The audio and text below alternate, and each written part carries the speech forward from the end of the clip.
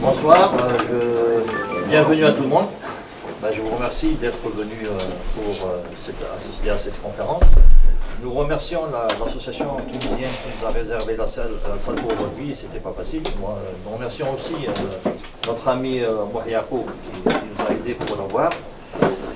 Et nous sommes très heureux d'accueillir aujourd'hui François Gèze, un ancien PDG des éditions La Découverte et un spécialiste, un très fin connaisseur de la question algérienne et de l'histoire commune entre la France et l'Algérie. Nous recevons également notre ami Omar Bendela, économiste, consultant indépendant et cofondateur d'Algeria Watch, qui a un regard averti, très éclairé, très éclairant sur la situation, sur l'histoire récente de l'Algérie, la situation politique qui prévaut dans notre pays. Donc, grosso modo, nos deux invités aborderont la question de la maladie française de l'Algérie et de la maladie algérienne de la France, chacun pour sa part. Donc, je vous invite à prendre la parole. François. Merci à tous. Oui, donc, c'est vrai que ce 60e anniversaire du cessez-le-feu, le 60e anniversaire de l'accord, c'était hier. Aujourd'hui, c'est celui du cessez-le-feu. La mise en vigueur du cessez-le-feu. Oui, c'est ça, la mise en vigueur, oui. Et qui est quand même un grand jour, qui est un grand jour parce qu'il marquait tout simplement la victoire du peuple algérien après 132 ans de colonisation, 7 ans d'une guerre absolument abominable, et une joie populaire qui dépasse l'entendement. C'est vrai que la redécouvrir dans les textes, là, j'ai publié tout récemment le livre de Malika Harari qui s'appelle Algérie 62, une histoire populaire. Elle documente très bien justement ce qu'a été la formidable effervescence, en même temps tout ça dans un climat de violence atroce qui continuait à être perpétré par l'organisation armée secrète qui ont poursuivi les crimes pendant toute cette période-là jusqu'à l'indépendance. Mais néanmoins, pour le peuple algérien, c'était enfin la reconnaissance de la liberté. Et ça restera pour toujours, pour l'histoire. Donc il faut absolument saluer cette grande victoire de cette lutte exemplaire. Alors, cela dit, d'une certaine façon, ça a marqué la fin d'une période, Dieu soit loué, ça a marqué le fait que le peuple algérien a recouvré enfin son indépendance après ses 132 ans de colonisation. Mais malheureusement, ça n'a pas suffi à marquer la fin, justement, de tout ce que avait véhiculé avec elle cette colonisation, qui est quand même, il faut le rappeler, la plus longue de toutes les colonisations impériales des empires occidentaux au XIXe et au XXe siècle. 132 ans, il n'y a pas d'équivalent. Il n'y a pas d'équivalent. Et donc, on peut comprendre pourquoi ça a marqué, là, Omar pourra y revenir, très très profondément la société algérienne plusieurs générations après, et pourquoi ça a marqué tout autant la société française. Donc effectivement, j'ai souvent utilisé cette formule de maladie algérienne de la France, c'est-à-dire c'est une maladie qui perdure jusqu'à ce jour, si j'ose dire, et qui n'a toujours pas été guérie. Je vais essayer d'expliquer pourquoi. Pourquoi ? Parce que d'une certaine façon, les dirigeants français, quel que soit leur bord politique, n'ont jamais accepté de reconnaître la réalité de l'oppression coloniale et du racisme de la République qui se voulait, sur la Troisième République, surtout à partir de 1871, qui se voulait en principe social et respectueux des droits humains universels, etc., etc. Pendant qu'elle proclamait ces valeurs-là, qui faisaient absolument partie des fondements même de la République, depuis la Première République pendant la Révolution française, eh bien, elle les bafouait quotidiennement pendant des dizaines d'années dans les colonies en général et tout particulièrement en Algérie. Et ça n'a pas été reconnu. Alors, je disais par les différents courants des dirigeants français, de droite comme de gauche. Alors de droite évidemment, puisque la droite, une bonne partie de la droite française était contre le fait d'accorder l'indépendance à l'Algérie, tout simplement. Vous savez bien que quand De Gaulle est arrivé, et ça a été l'occasion de la naissance de la 5e République en mai 58, à partir de mai 58, ça a permis à De Gaulle de proclamer cette fameuse 5e République, il est arrivé en entretenant l'idée que, grâce à lui, l'Algérie allait rester française.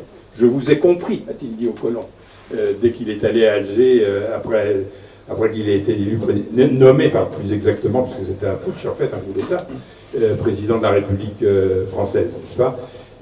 En vérité, dès le début, il savait qu'il fallait qu'il se débarrasse de ce qu'il, en privé, il appelait le fardeau des colonies. Et donc ça a été d'un côté, ça avait été fait déjà par la 4ème République en 1960, avancé, préparé par la 4ème République, pardon, et de Gaulle l'aura fait dès 1960, la fausse indépendance des colonies africaines, n'est-ce pas? Et de l'autre côté, la question de l'Algérie.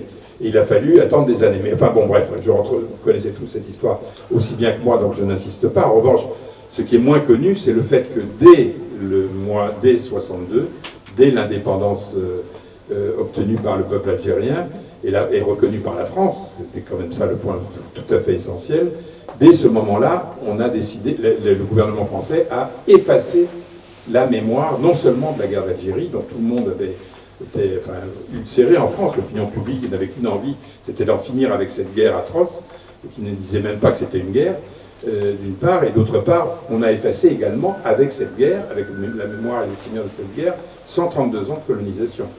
Ça, il faut le savoir, c'est que dans les années qui suivent l'indépendance de 62, en France, tout d'un coup, De Gaulle va couvrir le pays de monuments aux morts en hommage aux victimes du nazisme, en hommage aux résistants qui s'étaient battus contre le nazisme. Comme si la période 45-62 n'avait pas existé, ou à peu près, enfin au plan de l'oppression coloniale. Donc évidemment, oublier les massacres de ces types, enfin du Constantinois, de ces types Guelma, Kerhata, etc., en mai-juin 45. Donc vous savez qu'il y a eu au moins 15 000 morts, une répression d'une barbarie et d'une sauvagerie qui dépasse l'entendement. Ça, déjà à l'époque, ça a été presque passé sous silence, mais à partir de 62, ça n'existait plus.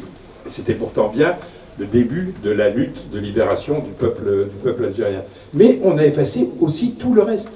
Et donc dans les écoles, par exemple, on n'apprenait même plus que la France avait été un empire colonial en Indochine, en Afrique, au Maghreb, en Amérique également, dans les Antilles, etc. etc. On ne l'apprenait même plus. C'était effacé. Il a fallu attendre le début des années 80 pour que timidement, dans les manuels scolaires, on commence à reconnaître que, ben oui, effectivement, il y avait eu cette colonisation. Et donc tous les drames qui ont accompagné cette colonisation, j'évoquais les massacres de 45 en Algérie, mais il y en a eu bien d'autres après, hein.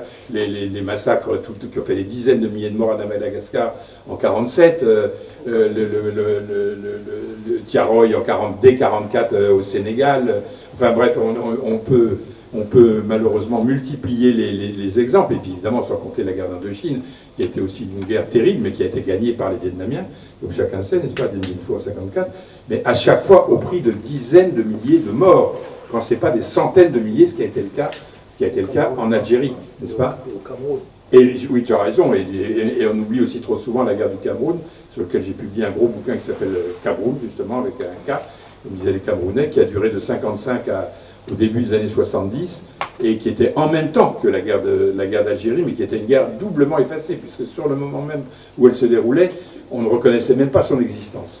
Et elle a fait aussi des dizaines de milliers de morts. On ne saura jamais le bilan exact, n'est-ce pas?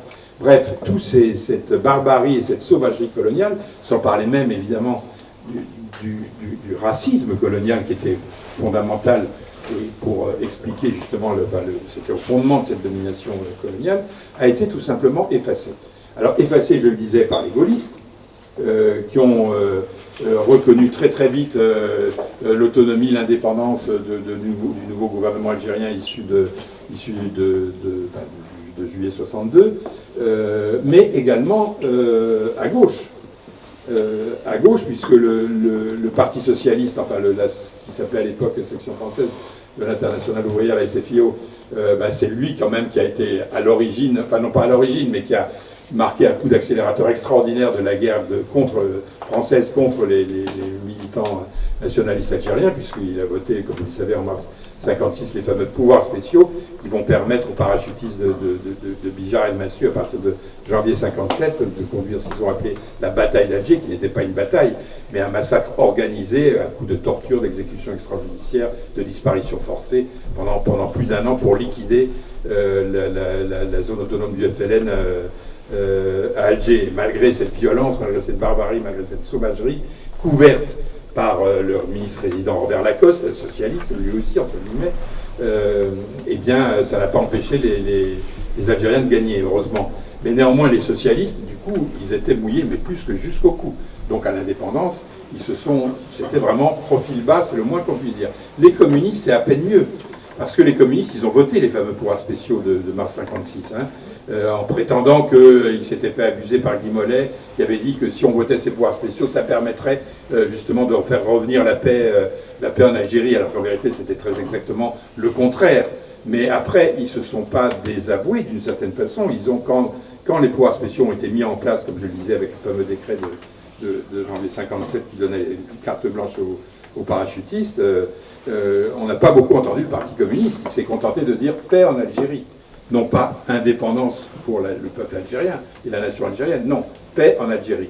Et presque jusqu'au bout, jusqu'à 62, ça a été la position du Parti communiste français. Et les militants communistes qui voulaient aider, qui avaient décidé d'aider ce qu'on a appelé notamment les porteurs de valises, aider les militants du FLN en métropole en particulier, ceux-là souvent ont été exclus du PC. Les militaires qui voulaient déserter ou s'assoumettre pour ne pas aller faire cette guerre en Algérie, pareil, ils étaient désavoués par le parti. Donc le parti, il se sentait vraiment très très mal, même si son homologue algérien, le Parti communiste algérien, avait fini par rallier la lutte de libération. Mais c'est ce qui explique que à partir des premières années de l'indépendance, pareil, le Parti communiste français a été tout à fait en réserve, en retrait, soutenant sans aucune vision critique le régime algérien, qui lui-même était du coup, enfin ça aussi c'est encore une autre histoire, mais était issu d'un coup d'État dès l'été 62, puisque l'armée des frontières avait pris le pouvoir au GPRA, qui avait négocié précisément les accords d'Évian. Bien, mais ça c'est encore une autre histoire, on pourrait y revenir. Mais donc j'en étais aux communistes, donc d'une certaine façon ils ont accompagné le régime et puis c'était surtout profil bas, c'était silence. Il fallait plus qu'on se rappelle de ce qu'avait été l'attitude du Parti communiste français pendant la guerre de libération. Alors après, finalement, les seuls qui ont sauvé l'honneur de la gauche française, c'est le PSU, donc qui s'est créé en 60. C'était la gauche de la gauche, la vraie gauche en quelque sorte, contre la SFIO, contre le Parti communiste, anti-stalinien, et ce PSU, notamment à travers ses militants de l'UNEF, s'est fortement et très grandement engagé dans le soutien à la lutte de libération dès la fin des années 50, des 60, et c'est lui qu'on retrouvera aux avant-postes, notamment quand il y a eu le 17 octobre 61, les seules manifs qui ont eu lieu. Il y a eu une petite manif du PC, mais comme ça, et c'est surtout le PSU et quelques militants qui n'étaient pas encartés qui ont manifesté pour dénoncer la tuerie du 17 octobre à Paris, n'est-ce pas? Donc le PSU, mais alors, ce qu'il y a le PSU a donc soutenu la lutte de libération, a soutenu le gouvernement algérien jusqu'en 65. Et c'est là qu'il y a eu un deuxième effacement, si j'ose dire, parce que le premier effacement, celui du gaullisme dont j'ai parlé, et celui de la gauche officielle, dite de gouvernement, qui ne voulait surtout pas revenir sur la guerre de libération et même sur la colonisation. Le PSU, lui, bien entendu, avait célébré et salué cette lutte de libération et soutenait ce gouvernement qui se présentait à l'époque, le gouvernement du président Ben Bella, comme un gouvernement tiers-mondiste, socialiste, autogestionnaire, etc., etc. Et donc c'est à ce titre-là qu'il le soutenait. Mais à partir du moment où il y a eu le coup d'État en juin 65 de Ouari Boumedienne qui a renversé Ben Bella, qui avait servi en quelque sorte de façade à l'armée des frontières jusque-là, mais dont il n'avait plus besoin. Et donc ça s'est fait, comme vous le savez, le coup d'État de juin 65 dans des conditions très difficiles. Et notamment, ça s'est traduit par le fait que beaucoup de militants, ils étaient des dizaines de milliers quand même, de ceux qu'on avait appelés les pieds rouges, les militants de cette gauche anti-impérialiste, anticolonialiste, qui était venu pour apporter main forte, en quelque sorte, au jeune État algérien, la plupart, beaucoup d'entre eux ont été arrêtés, certains même torturés, la plupart sont repartis. La plupart sont repartis en France, en ne parlant plus jamais de cet espoir trahi, en quelque sorte, qui avait été celui de la révolution algérienne, dans lesquelles ils avaient tant investi, n'est-ce pas? Et donc, des camarades du PSU m'ont fait remarquer, Jacques Sauvageau, avec qui j'étais très ami d'ailleurs, qui a été un dirigeant de la période et qui était aussi le président de l'UNEF à l'époque, m'a dit, la Tribune socialiste, qui était le journal du PSU, qui toutes les semaines, entre 62 et 65, et même avant, évidemment, parlait de l'Algérie, tout d'un coup, à partir de juin 65, terminé. L'Algérie a disparu des radars. Et à partir de ce moment-là, donc tout le spectre politique français avait effacé l'Algérie. Et il faudra attendre très longtemps, il faudra attendre les années 80. Enfin bon, vous connaissez l'histoire de la reconnaissance très très difficile, douloureuse et tardive du 17 octobre 61, dont les premiers échos, mais n'ont pas été entendus, datent de 80, pendant 20 ans, le 17 octobre 61 avait disparu des représentations. C'est un événement qui n'avait jamais existé. Et alors je ne parle pas du reste, bien entendu.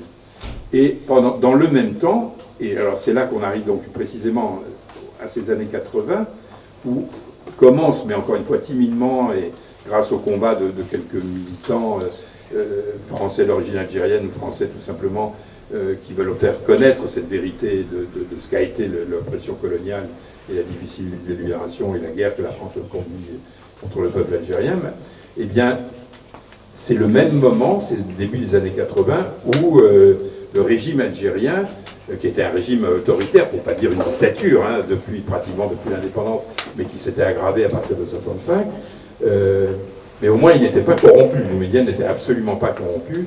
La corruption était tout à fait limitée. Mais à partir du moment où Boumedienne disparaît, et il est remplacé par le colonel Chadli, eh bien ça va être la grande libéralisation, et là la grande corruption. Et là, on va voir apparaître, c'est-à-dire tous ces liens qui étaient secrètement maintenus entre la droite gaulliste et le régime algérien, entre les communistes français et le régime algérien, entre même la SFIO, les socialistes français et le régime algérien, tous ces liens vont être mis à profit des deux côtés par ceux qui occupent désormais le pouvoir en Algérie, c'est-à-dire très clairement le cœur du régime, c'est-à-dire la tête de l'ANP, enfin de l'armée et la tête de la sécurité militaire, enfin, la police politique, n'est-ce pas?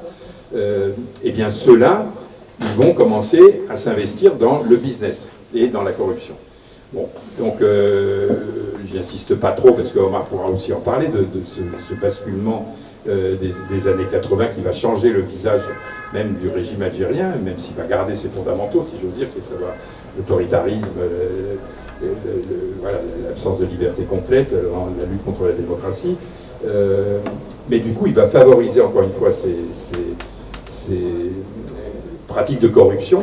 Et sans doute le premier, sur lequel malheureusement le premier grand accord algéro-français qui suit l'élection de Mitterrand en 81, c'est celui qui concerne le gaz en 83, où il y a un grand accord où la France s'engage à acheter du gaz algérien pendant plus de 20 ans, à un prix de 30% supérieur en moyenne au prix qui était ceux du marché à l'époque. Donc beaucoup de gens ont dit il ne peut pas y avoir eu, il y a eu des commissions qui ont été versées aux généraux algériens pour la signature de cet accord, et des rétro-commissions que les mêmes généraux ont versées aux responsables politiques français, à commencer par les socialistes, mais les communistes en ont également profité, et les gaullistes en en profiteront également. Et là va se mettre en place un système de commissions et de rétro-commissions sur les échanges commerciaux, les exportations et les importations entre la France et l'Algérie, qui va donner lieu à ce qu'on aura appelé la France-Algérie, ce fameux vocable qu'a immortalisé le livre de Louis Sagoun et Jean-Baptiste Rivoire, que j'avais publié en 2004, France-Algérie, crime et mensonge d'État, crime et mensonge d'État, les trois mots au pluriel, n'est-ce pas, qui documente toute l'histoire, en quelque sorte, de cette relation extrêmement malsaine qui était celle de la France et l'Algérie depuis l'horrible conquête de 1830 jusqu'à nos jours, parce qu'au-delà de l'indépendance, encore une fois, les liens ont perduré. Alors évidemment, c'était plus des liens de domination coloniale, l'Algérie était bel et bien indépendante, Dieu soit loué, mais c'était des liens secrets et tissés sur la corruption. Et c'est ce qui explique, et je conclue là-dessus, simplement l'extraordinaire difficulté qu'a le pouvoir français à reconnaître les crimes coloniaux. Il les reconnaît, mais vraiment du bout des doigts. Il a fallu attendre, comme vous le savez, 2018 pour que le président de la République reconnaisse que l'armée française avait tué, non pas, enfin, un Français d'Algérie, Maurice Audin, a été arrêté, torturé et tué par les parachutistes français en juin 57. Mais il a fallu attendre, voilà, toutes ces décennies pour que l'État français le reconnaisse. Mais par exemple, la reconnaissance des autres disparus, qui étaient beaucoup plus nombreux, les milliers de disparus de la bataille d'Alger, pour s'en tenir uniquement cette année 57 à Alger, au moins 3000, mais très probablement beaucoup plus, cela, pas un mot, pas un mot. Et c'est quand même assez stupéfiant, c'est-à-dire que Audin c'était pas la question de... Certes, c'est bien de reconnaître ce crime, mais il n'était qu'un parmi des milliers. Voilà. Et sans parler de tous les autres disparus, toutes les autres exécutions judiciaires, extrajudiciaires, qui ont jalonné la guerre de 54 à 62 jusqu'au dernier moment. Hein. Donc ça n'est pas été reconnu. Après, il y a eu des petits gestes. On a reconnu, Macron a reconnu que, pareil, Ali Boumengel, qui n'avait pas été suicidé, enfin, ne s'était pas suicidé, mais avait été suicidé par les parachutistes. Il avait été tué par les parachutistes. Mais ça, c'est des petites reconnaissances. Et le fond de l'affaire, à un moment, quand il a parlé quand même, le texte qui accompagnait la reconnaissance de l'assassinat d'Audin parlait d'un système d'exécution. Ça, c'était déjà un pas en avant important. Mais il restait général, le terme en question. Et en vérité, ce qui reste à faire, qui n'a pas été fait, regardez, le 17 octobre, par exemple, là aussi, alors, comment il s'appelle, le président précédent, la Hollande, avait fait quelques gestes, une gerbe, une plaque, pour reconnaître, enfin, pour saluer les victimes du 17 octobre, mais sans même dire qui avait causé ces victimes. Et là, Macron, quand il célèbre le 60e anniversaire, enfin, de célébrer, c'est le mot, mais à l'occasion du 60e anniversaire du 17 octobre, là, il y a quelques mois, comme vous le savez, il se contente de dire que c'est la faute de Maurice Papon. C'était qui Maurice Papon? Il oublie même de dire que c'était le préfet de police. Et sur le vrai responsable du 17 octobre, ceux qui avaient vraiment donné le feu vert de façon la plus explicite qui soit, c'est-à-dire le Premier ministre Michel Debré, le ministre de l'Intérieur Roger Frey, évidemment pas un mot. Pas un mot. Et ça continue, on pourrait multiplier les exemples comme ça, pareil sur la question des harkis avec des reconnaissances à demi-mot, etc., etc. Et donc c'est là qu'on peut effectivement parler de maladie algérienne de la France, parce que d'une certaine façon, comment dire, cette extraordinaire difficulté à reconnaître ce qu'ont été les crimes coloniaux, c'est un symptôme beaucoup plus large, enfin, de cette maladie plus profonde encore, qui n'est pas simplement l'absence de reconnaissance des crimes coloniaux, c'est l'absence de reconnaissance que la République a été une République raciste pendant 132 ans, au Maghreb, en Algérie tout particulièrement, puis ensuite en Afrique subsaharienne. Donc cette République universaliste dont je parlais tout à l'heure en introduction, elle a été aussi une République raciste. Et ce racisme d'État, il dure jusqu'à aujourd'hui. Toute la politique migratoire, toutes les attitudes de la police, la chasse aux faciès, etc., etc., c'est absolument frappant, et maintenant c'est très bien documenté, le fait que c'est la poursuite, ni plus ni moins, de ce qu'ont été les pratiques de violence coloniale, de racisme colonial, pendant toute la période de la colonisation. Donc en vérité, je conclue là-dessus, c'est-à-dire que pour nous, en tout cas les militants français des droits humains qui se battent pour justement la reconnaissance de l'histoire coloniale, c'est aussi se battre pour la reconnaissance du racisme de la République, pour en finir une bonne fois pour toutes.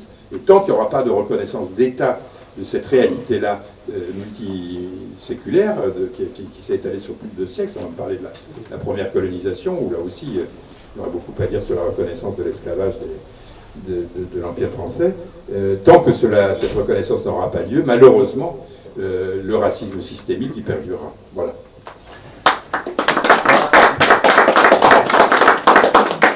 Je te remercie, François, avant de passer le micro à Omar. Je tiens à rappeler quand même qu'il y a un documentaire très très intéressant qui est sorti récemment. Il a été réalisé par Off Investigation, un média indépendant vraiment à soutenir. Off Investigation, que l'on peut consulter sur YouTube. C'est le média de notre ami Jean-Baptiste Rivoire. Il devait venir aujourd'hui, mais il a d'autres obligations. Et puis il nous a proposé le journaliste Yanis Mohamdi, qui a réalisé ce documentaire intitulé Macron l'Algérien en marche vers le cash.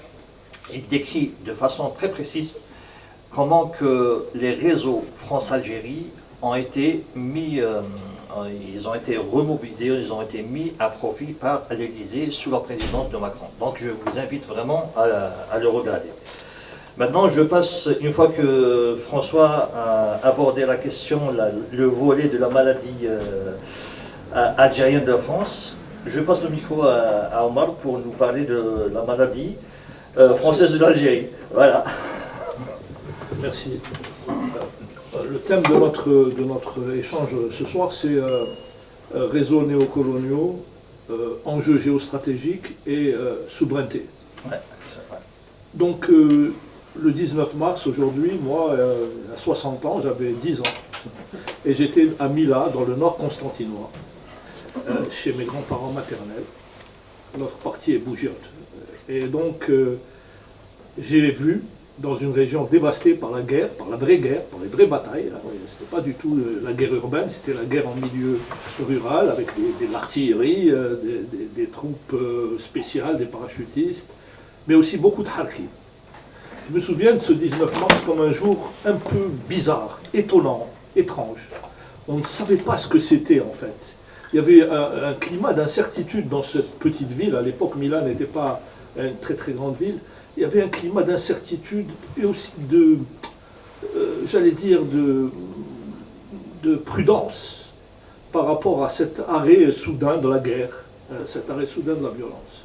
Il n'y avait pas eu, pendant plusieurs semaines, où nous étions encore à Mila, je n'ai pas eu le souvenir de manifestations de joie, parce que la région avait beaucoup saigné, il y a eu beaucoup de morts, beaucoup de hameaux ont été dévastés, et en particulier par les harkis, qui dans la région ont fait un travail absolument dévastateur.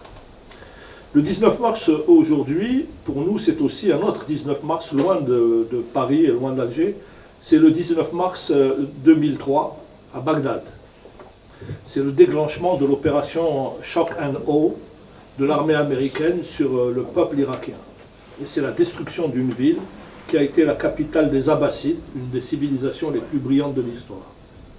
Donc ce 19 mars, c'est une journée d'incertitude.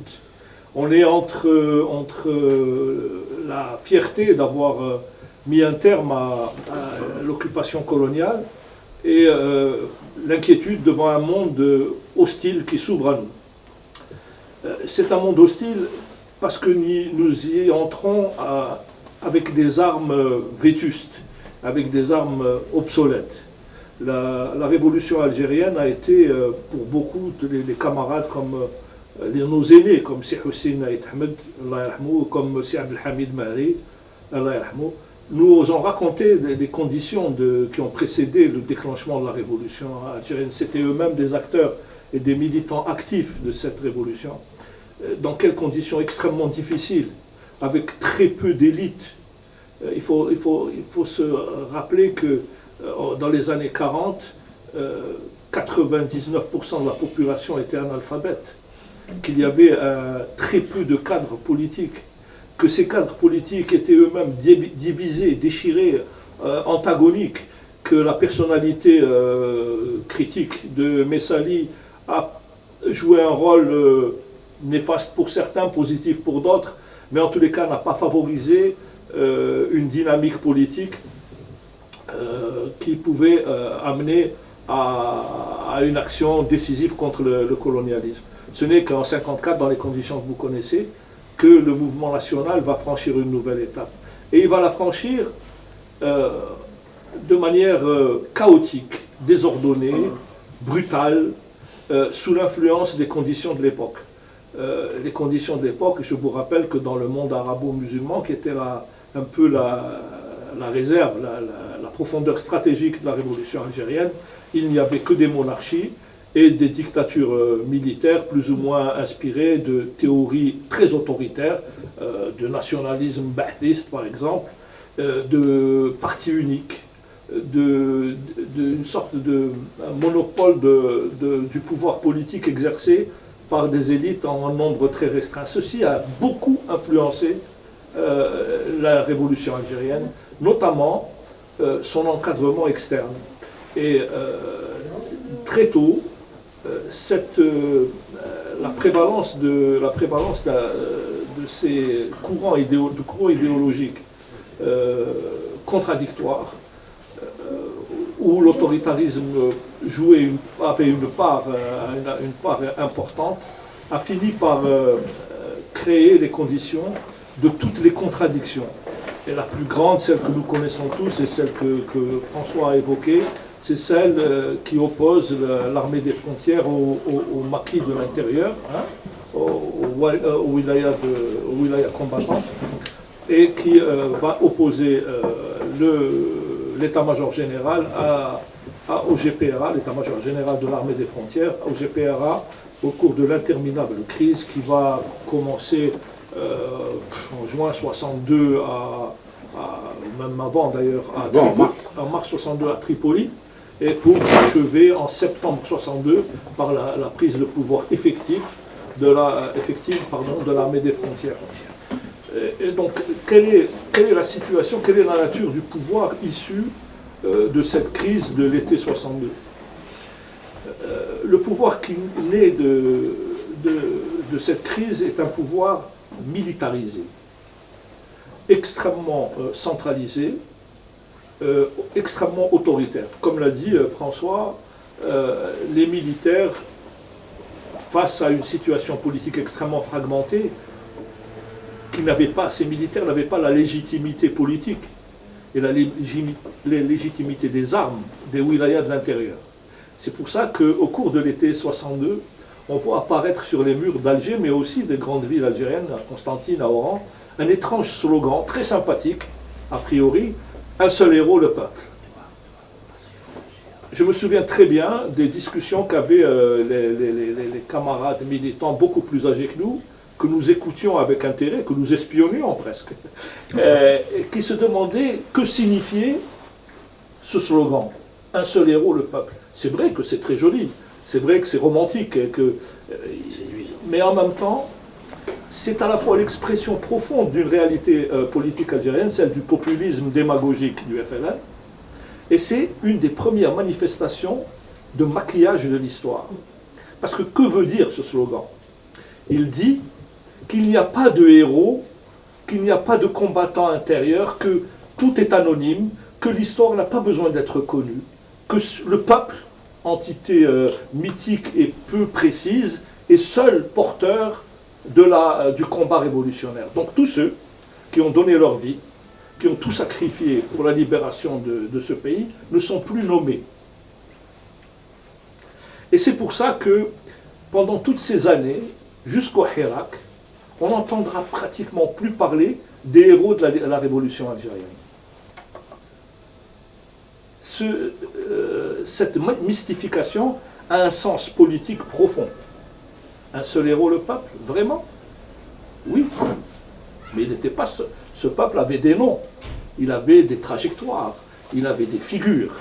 Ces figures ont été occultées au profit d'un pouvoir qui s'est fabriqué, en effet, sur la force des armes. Hein, l'armée des frontières avait des blindés, avait des chars, avait des tanks, des canons que les wilayas de l'intérieur n'avaient pas. Et l'armée des frontières avait aussi des relations diplomatiques autonomes, et notamment avec la puissance coloniale.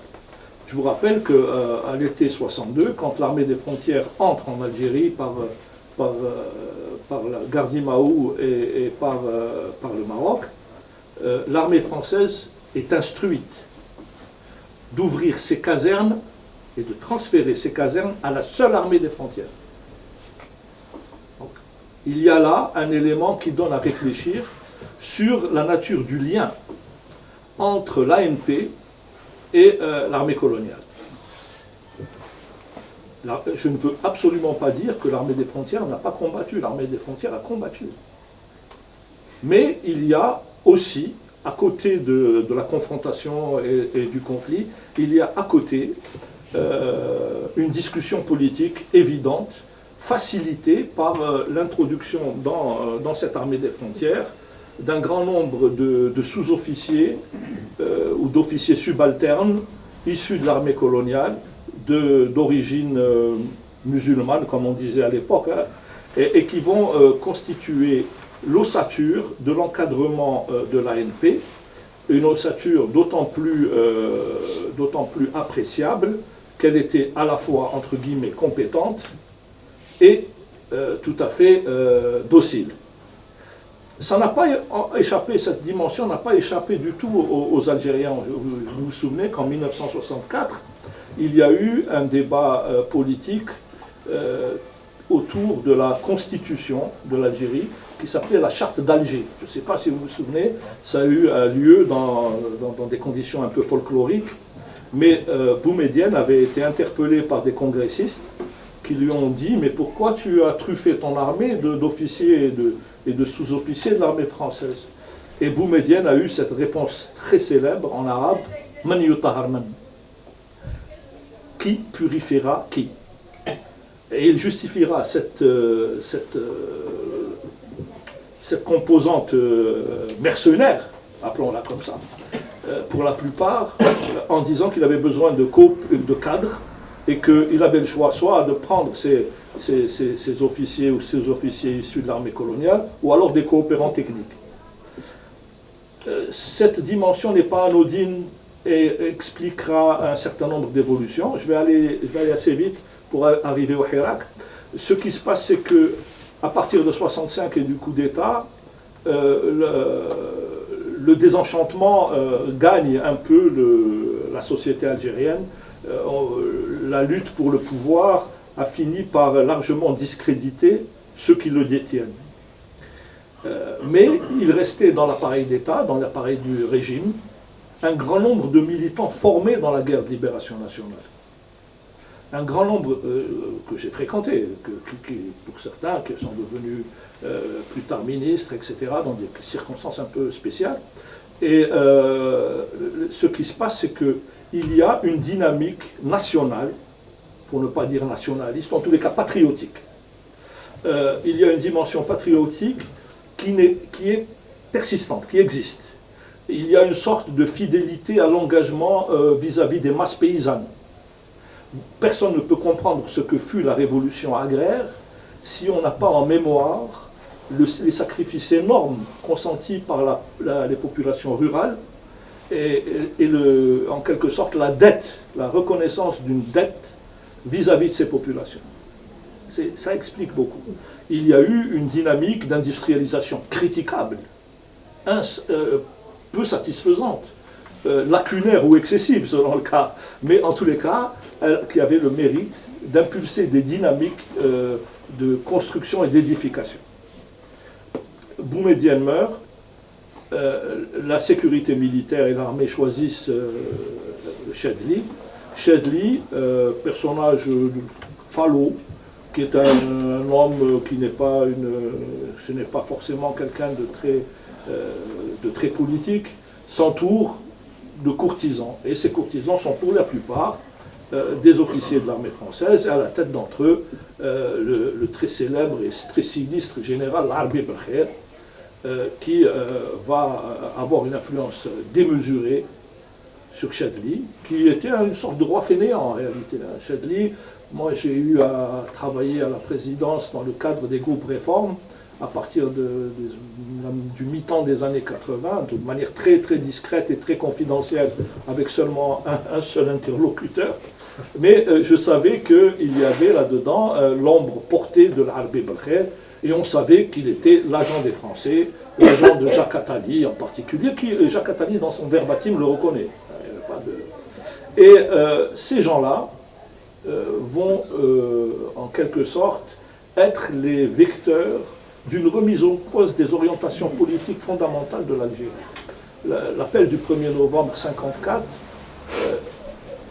incluait dans la dimension sociale de l'État algérien dans le cadre des référents islamiques. La dimension sociale va commencer à être mise à mal à partir de 1981. Et de manière assez bizarre et assez paradoxal. La corruption, comme l'a dit François, existait du temps de Boumedienne, mais elle était très centralisée.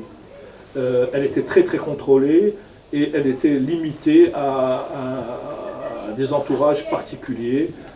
Il y avait des hommes d'affaires, certains originaires de la révolution algérienne, comme Rachid Zeggar, Rachid Kaza, qui a été un homme d'affaires et un intermédiaire, fournisseur d'armes, etc. à la révolution algérienne pendant la guerre de libération.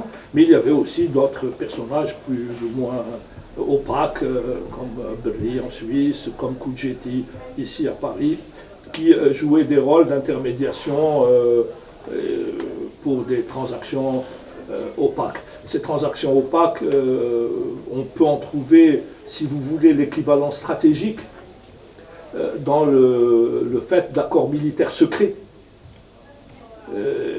notamment la base d'essais bactériologiques et biologiques de Bédenamous, à l'extrême ouest du pays.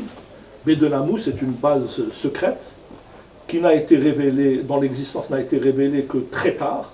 Et Chedli lui-même, quand il prend le pouvoir, ne sait pas. Il était colonel commandant la 2e région militaire, l'Oranie. Il ne savait pas qu'il y avait, dans la 3e région militaire, une base secrète d'expérimentation NBC de l'armée française. Voilà. Donc personne ne le savait, ça a été révélé extrêmement tardivement, je crois au début des années 90, si j'ai bonne mémoire, par Pierre Messmer. Voilà.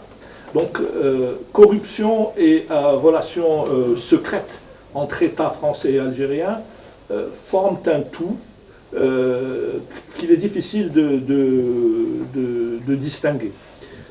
Parce que la corruption franco-algérienne, elle naît avant même la fin de la guerre de libération nationale, quand les éléments gaullistes autour de Charles Pasqua vont commencer à faire du business avec leurs homologues de l'autre côté, ce Pasqua l'avait déclaré,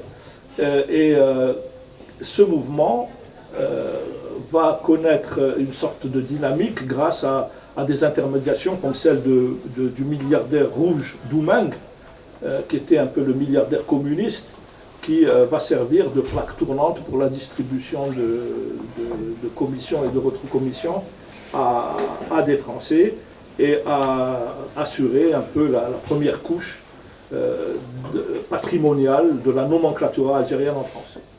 C'est à partir de ces années-là, quand même, à partir de Doumeng, que va se constituer la première vague de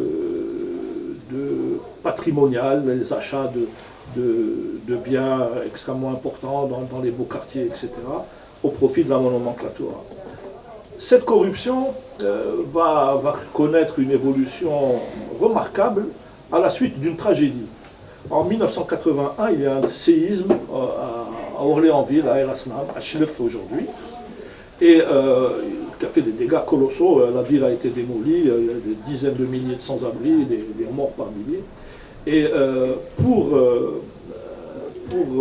faciliter la reconstruction de Chlef, le gouvernement algérien va passer outre à toutes les normes de contrôle financier, de formalisation de contrats, de contractualisation avec des fournisseurs étrangers. Et là, ça a été une sorte de déclic. Et c'est là où on a vu, nous, cadres du ministère des Finances, cadres bancaires, cadres du ministère du Commerce, dont notamment l'actuel recteur de la mosquée de Paris, Chemseddine Hafiz, qui est sous-directeur au commerce extérieur à l'époque. Il y a des filiations comme ça étonnantes, entre de la charia au business, ou du business à la charia, je ne sais pas. Et donc,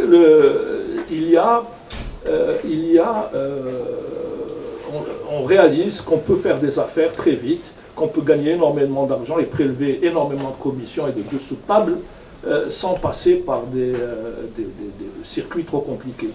Et ça va vraiment créer une dynamique de corruption à l'intérieur du régime. Cette dynamique de corruption va être facilitée par la première hausse des prix pétroliers des années 80, en 82 je crois, 81-82, le baril passe à 40 $. Il passe de 7-8 $, 10 $ à 40 $ d'un coup. C'est une soudaine manne qui s'ouvre sur la corruption. Et là, grâce au monopole d'État sur le commerce extérieur, va placer ses hommes un peu partout, notamment dans les importations de produits alimentaires, de céréales, de café, de sucre, mais aussi de médicaments, va placer ses hommes.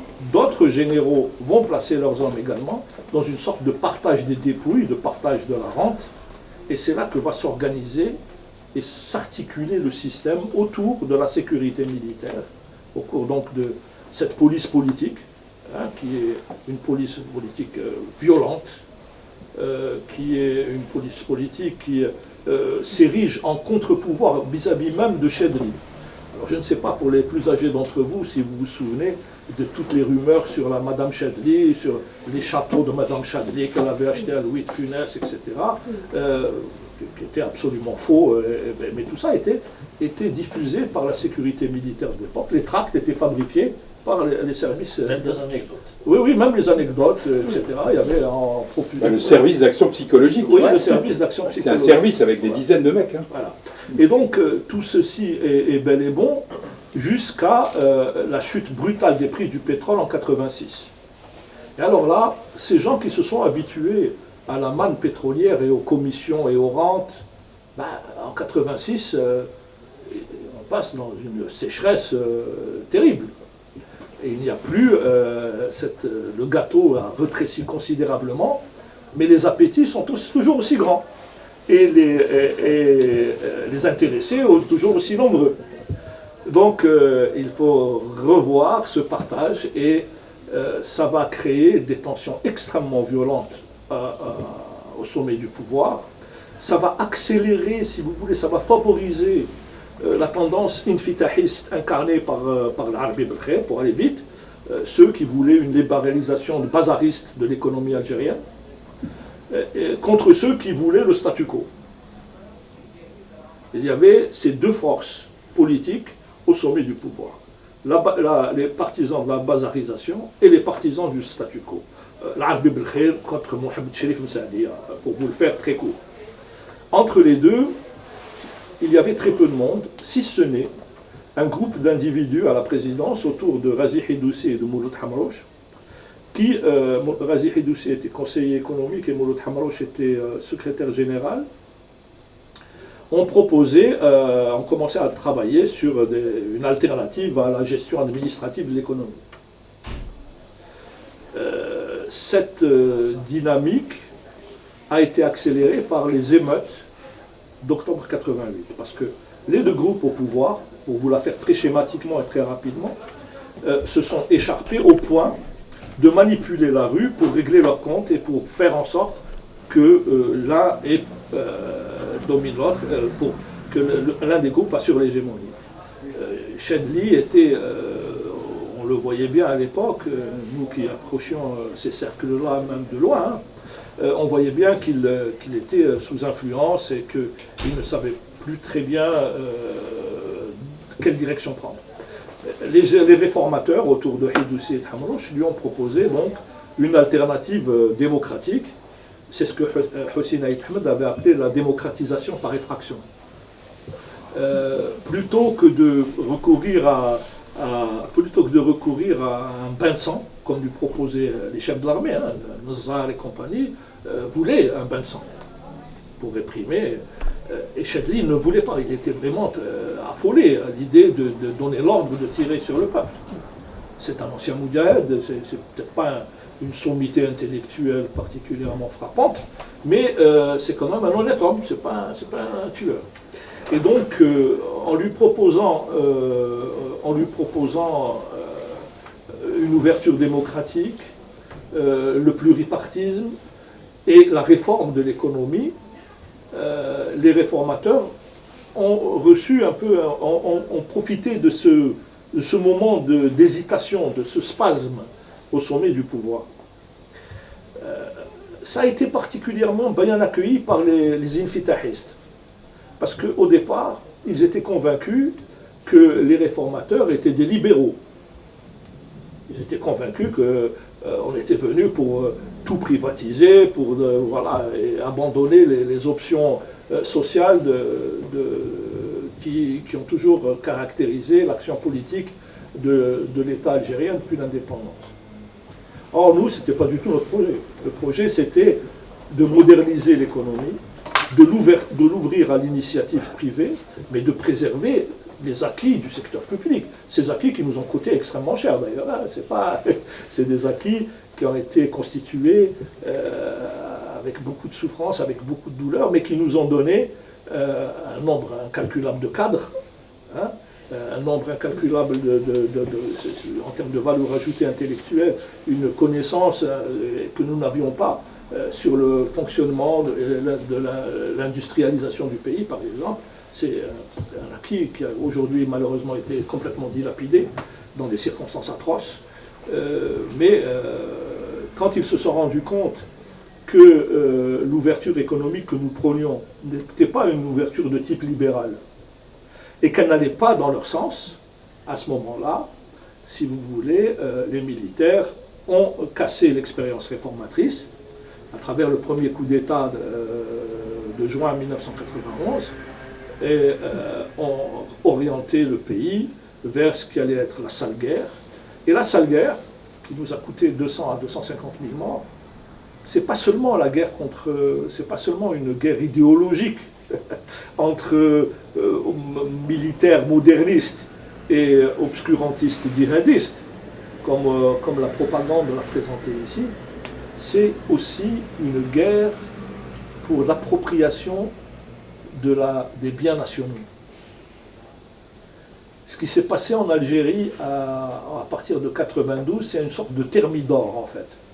Pour ceux qui connaissent qui ont été à l'école ici, thermidor, c'est la reprise en main par la bourgeoisie de la Révolution française. Et ça va donner Napoléon, et puis ça va donner l'appropriation des biens nationaux qui va constituer la première couche de la bourgeoisie française actuelle. C'est un peu la même chose qui va se passer à partir de 92.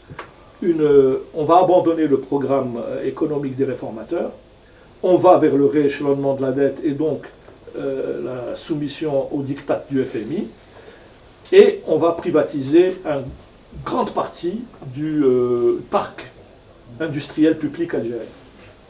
Cette privatisation, à l'entrant, on va vendre des entreprises publiques au dinar symbolique, va s'accompagner d'une mise au pas extrêmement brutale de l'encadrement de l'Algérie. Un premier ministre particulièrement abject qui s'appelait Ouihia avait fait mettre en prison 5 à 6 000 cadres, 5 à 6 000 cadres qui refusaient la logique de privatisation sous l'égide du FMI. Depuis, que s'est-il passé? Depuis, il y a eu... les dieux grecs sont ironiques. Depuis, il y a eu les militaires, au bout de quelques années d'une guerre atroce, se sont retrouvés isolés sur le plan international, avaient une image complètement dégradée, ont fait appel à un expert en diplomatie qui était un des fondateurs du régime, Abdelaziz Bouteflika, qui va mettre en œuvre une sorte de politique de réhabilitation de l'image du système. Et, par chance extraordinaire, ce Bouteflika va voir une hausse vertigineuse des prix du pétrole à partir de, si je ne m'abuse, de 2002 ou 2003. Cette hausse va durer une dizaine d'années et va permettre à l'Algérie de recevoir l'équivalent de 1000 milliards de dollars de revenus issus de ressources fossiles non renouvelables. On sait ce qui s'est passé. La corruption a atteint des niveaux extraordinaires et une gabegie unique dans les annales de l'histoire. Ce qui s'est passé en termes de pillage en Algérie sera un jour documenté, mais ce pillage n'a pas été le seul fait des Algériens. Ce pillage a été soutenu et a été largement partagé par des intérêts, au premier chef desquels des intérêts français, qui ont assuré la gestion des commissionnements, etc., de manière plus ou moins efficace, de manière plus ou moins visible. La fin de Bouteflika, la chute de Bouteflika a donné lieu à ce lavage de linge sale public dans un contexte cette fois-ci de contraction de la rente, de contraction des revenus pétroliers. Et on a pu avoir une idée de l'étendue et de l'énormité de la corruption, de l'immoralité totale du régime. Et là, on s'aperçoit que l'esprit du 1er novembre 1954, l'esprit de la révolution algérienne, a pour beaucoup été compromis, a pour beaucoup été, j'allais dire, annulé ou annihilé. Il reste que, malgré tout, malgré tous ces reculs, malgré toutes ces crises, il reste quand même que le régime ne peut pas nier son histoire et ne peut pas nier une partie de son héritage politique. Et de manière tout à fait paradoxale. Par exemple, on sait aujourd'hui que l'arsenal algérien est pour l'essentiel d'origine russe. L'Union soviétique, à laquelle la Fédération de Russie a succédé, a été un des fournisseurs historiques de l'ALN, avant même l'indépendance, puis de l'ANP.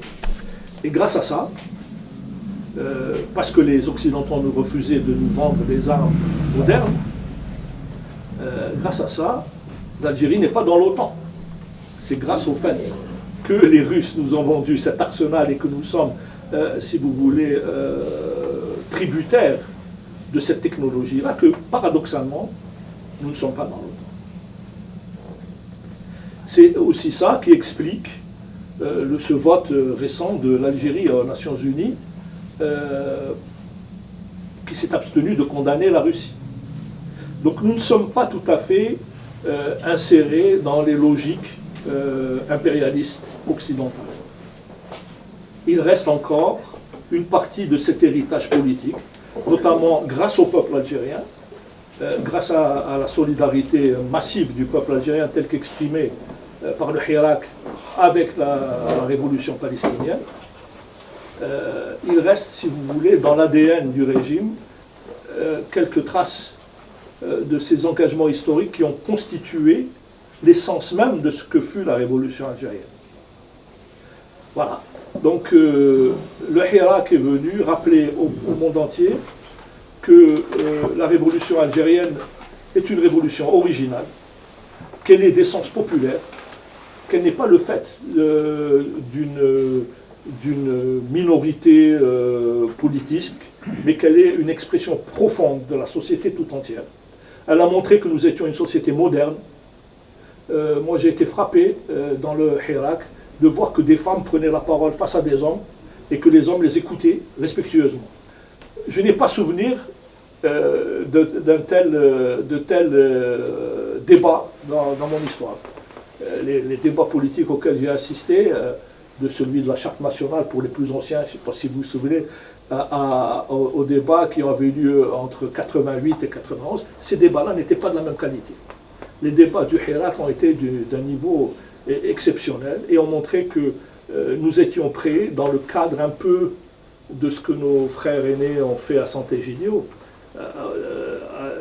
nous étions prêts à ouvrir des espaces politiques du vivre ensemble, dans le respect de tous, dans le respect des minorités, dans le respect de la démocratie, du droit et des libertés. Voilà. Merci.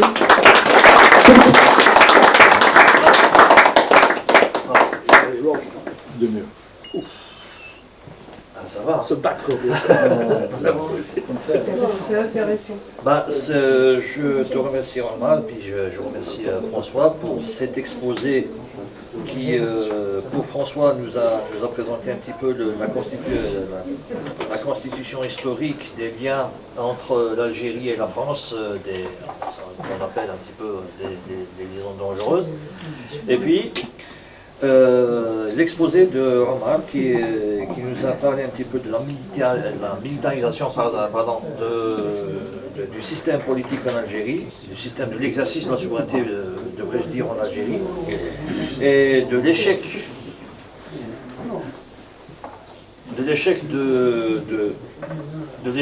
du réformisme au début des années 90, et pour arriver à la formidable révolution algérienne pacifique. Moi, on a discuté, moi je préfère le mot Silmia. Silmia, c'est qui se rapporte à la paix, et c'est vraiment, à mon sens, le peuple algérien a offert à l'humanité un nouveau concept de la révolution, un concept revu de la révolution, en lui préservant son caractère de changement radical et en lui attribuant justement comment dire, la puissance du combat pacifique, sans verser dans la violence. Je pense que c'est quelque chose de très important à retenir. Et puis, l'un des aspects aussi qu'on a pu observer lors des manifestations, ça a commencé les vendredis. Les Algériens qui faisaient la prière le vendredi, après la prière, ils allaient retrouver, ils quittaient la mosquée, ils retrouvaient les Algériens qui ne pratiquaient pas, les non-croyants ou ceux qui croyaient autre chose, je ne sais pas. Ils les retrouvaient dans l'espace public, ils se mettaient en mouvement tous pour un objectif politique. C'est là, je pense, où se manifestent des prédispositions à la sécularisation. Donc, je vous rappelle le livre formidable, Hirak en Algérie, l'invention d'un soulèvement, qui a été réalisé sous la direction de mes amis François Agez, Omar Bendera et Rafiq Abjaoui. Et je salue particulièrement mon ami Rafiq Abjaoui, bien sûr, et puis Selim Amlah, qui est l'une des intelligences les plus éclairantes de l'Algérie. Donc maintenant, si vous voulez, je vous invite à poser vos questions. Je vous prie juste d'être bref dans vos questions pour permettre une large participation au débat. Oui. Est-ce que je pourrais dire un mot simplement? Oui, bien sûr. Excuse-moi de... C'est pas pour monopoliser la parole, mais c'est simplement ce que vous venez de dire sur le Irak, ça me fait penser que par rapport à cette histoire des deux maladies, c'est-à-dire que qu'est-ce que la colonisation a fait aux deux sociétés françaises et algériennes, ça fait des maladies algériennes de la France et françaises de l'Algérie. Eh bien, je dois dire que d'une certaine façon, l'Algérie est plus près de la guérison que la France. Parce que ce que disait Omar, c'est-à-dire l'extraordinaire lucidité, la vision extrêmement claire qui s'est manifestée pendant le Irak de la part des dizaines de millions d'Algériens et d'Algériennes qui sont descendus dans la rue, ça montre comme un peuple d'une maturité, on peut dire politique et même historique et culturelle, remarquable, qui n'a pas son parallèle chez nous en France. On ne sait pas demain la veille qu'il va y avoir des manifestations, malheureusement, même d'ampleur simplement significative, pour précisément dénoncer ce qu'a été la réalité du racisme colonial de la République. Donc là, il y a un décalage considérable, et qui s'explique peut-être par un point que, pour compléter ce que nous a raconté Omar, que je pourrais évoquer, qui est l'isolement, en quelque sorte, de cette nomenclatura algérienne. Il y a une dizaine d'années, pour l'anecdote, j'ai appris qu'un colonel de l'ASM, enfin du DRS, de la police politique, avait dit à un journaliste français, mais pourquoi vous, la presse française, vous ne nous aidez pas plus? Parce que nous quand même, nous, on est les nouveaux pieds noirs. Nous sommes les nouveaux pieds noirs. C'est-à-dire que, j'ai fait un article là-dessus, que vous pouvez lire sur Algeria Watch, c'est quand même absolument stupéfiant. C'est-à-dire que ce gars-là exprimait le point de vue de cette nomenclatura qui avait été déformée par les fameux DAF là, dont tu nous parlais, en particulier la rue Belkhir, n'est-ce pas? Ils se sont peu à peu transformés en nouveaux pieds noirs, et qui habitent Club des Pins. Club des Pins, c'est devenu le centre de la nouvelle bourgeoisie coloniale, néocoloniale, je ne sais pas comment la qualifier, française, sauf qu'elle est algérienne. Mais pour ces Algériens-là, les vrais Algériens, ceux du peuple, ils disent, c'est des bougnoules. Ils utilisent, au Club des Pins, on parle des bougnoules pour parler du peuple algérien. Vous vous rendez compte? Donc c'est quand même un truc absolument... Et donc, un deuxième exemple de cette contamination du régime algérien, c'est la sale guerre elle-même. Parce que ça n'a pas été assez dit. Mais moi, j'ai beaucoup travaillé là-dessus et je suis arrivé à la conviction que la guerre contre les civils qui a été déclenchée avec le coup d'État janvier 92 et qui a duré pendant cette fameuse décennie noire, elle a été conduite très méthodiquement, selon la fameuse doctrine de la guerre révolutionnaire qui a été conçue par les officiers français en Indochine et qui a été appliquée en Algérie pendant la guerre, tout particulièrement pendant la bataille d'Alger. C'est-à-dire cette doctrine de la guerre révolutionnaire qui était d'un côté conquérir les cœurs et les esprits, comme c'était les sas pour les Français, et le régime algérien a essayé de faire la même chose en flattant, en distribuant, etc., etc. Et de l'autre côté, la barbarie la plus atroce, la torture, comme méthode de domination, pas pour savoir apprendre des choses, non, pour dominer la population, pour terroriser, les exécutions extrajudiciaires, les disparitions forcées, les déplacements de population, 1,5 million de personnes déplacées pendant toutes ces années 90. Les officiers qui ont conduit cette guerre, c'est-à-dire un petit noyau de gars, d'officiers généraux, autour de l'Arbi Berkhir, Netzar, et Smaïn Lamari, Toufik Médienne, bien entendu, une demi-douzaine, quoi, tout cassé avec leurs sbires autour. Ceux-là, ils ont appliqué méthodiquement ce qu'ils avaient appris des Français. Waouh! Et donc, c'est pourquoi aussi les Français ont été aussi, comment dire, silencieux, enfin les Français, le gouvernement français, pardon, par rapport à cette barbarie. Il ne l'a jamais non plus reconnu, jamais, jamais, jamais. Et donc voilà, cette gangrène, elle est allée très très loin, mais tellement loin que d'une certaine façon, le peuple algérien aujourd'hui n'est plus dupe, mais plus du tout. Et que ça, c'est un pas en avant formidable et qui est un signe d'espoir. Voilà, pour le futur. Pardon. Je te remercie, François, pour cet éclairage qui nous fait penser aussi aux deux leviers de pouvoir qui sont opérants en Algérie. C'est celui de la corruption et celui de l'impunité. Donc, et puis, je vous remercie tous les deux d'avoir analysé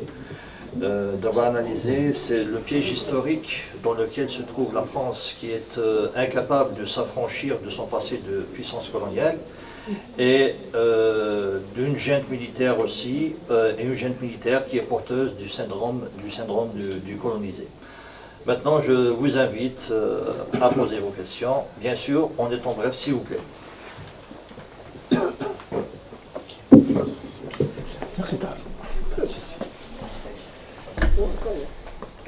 Bonjour, aujourd'hui c'était une très belle conférence sur ce qu'est le néocolonialisme.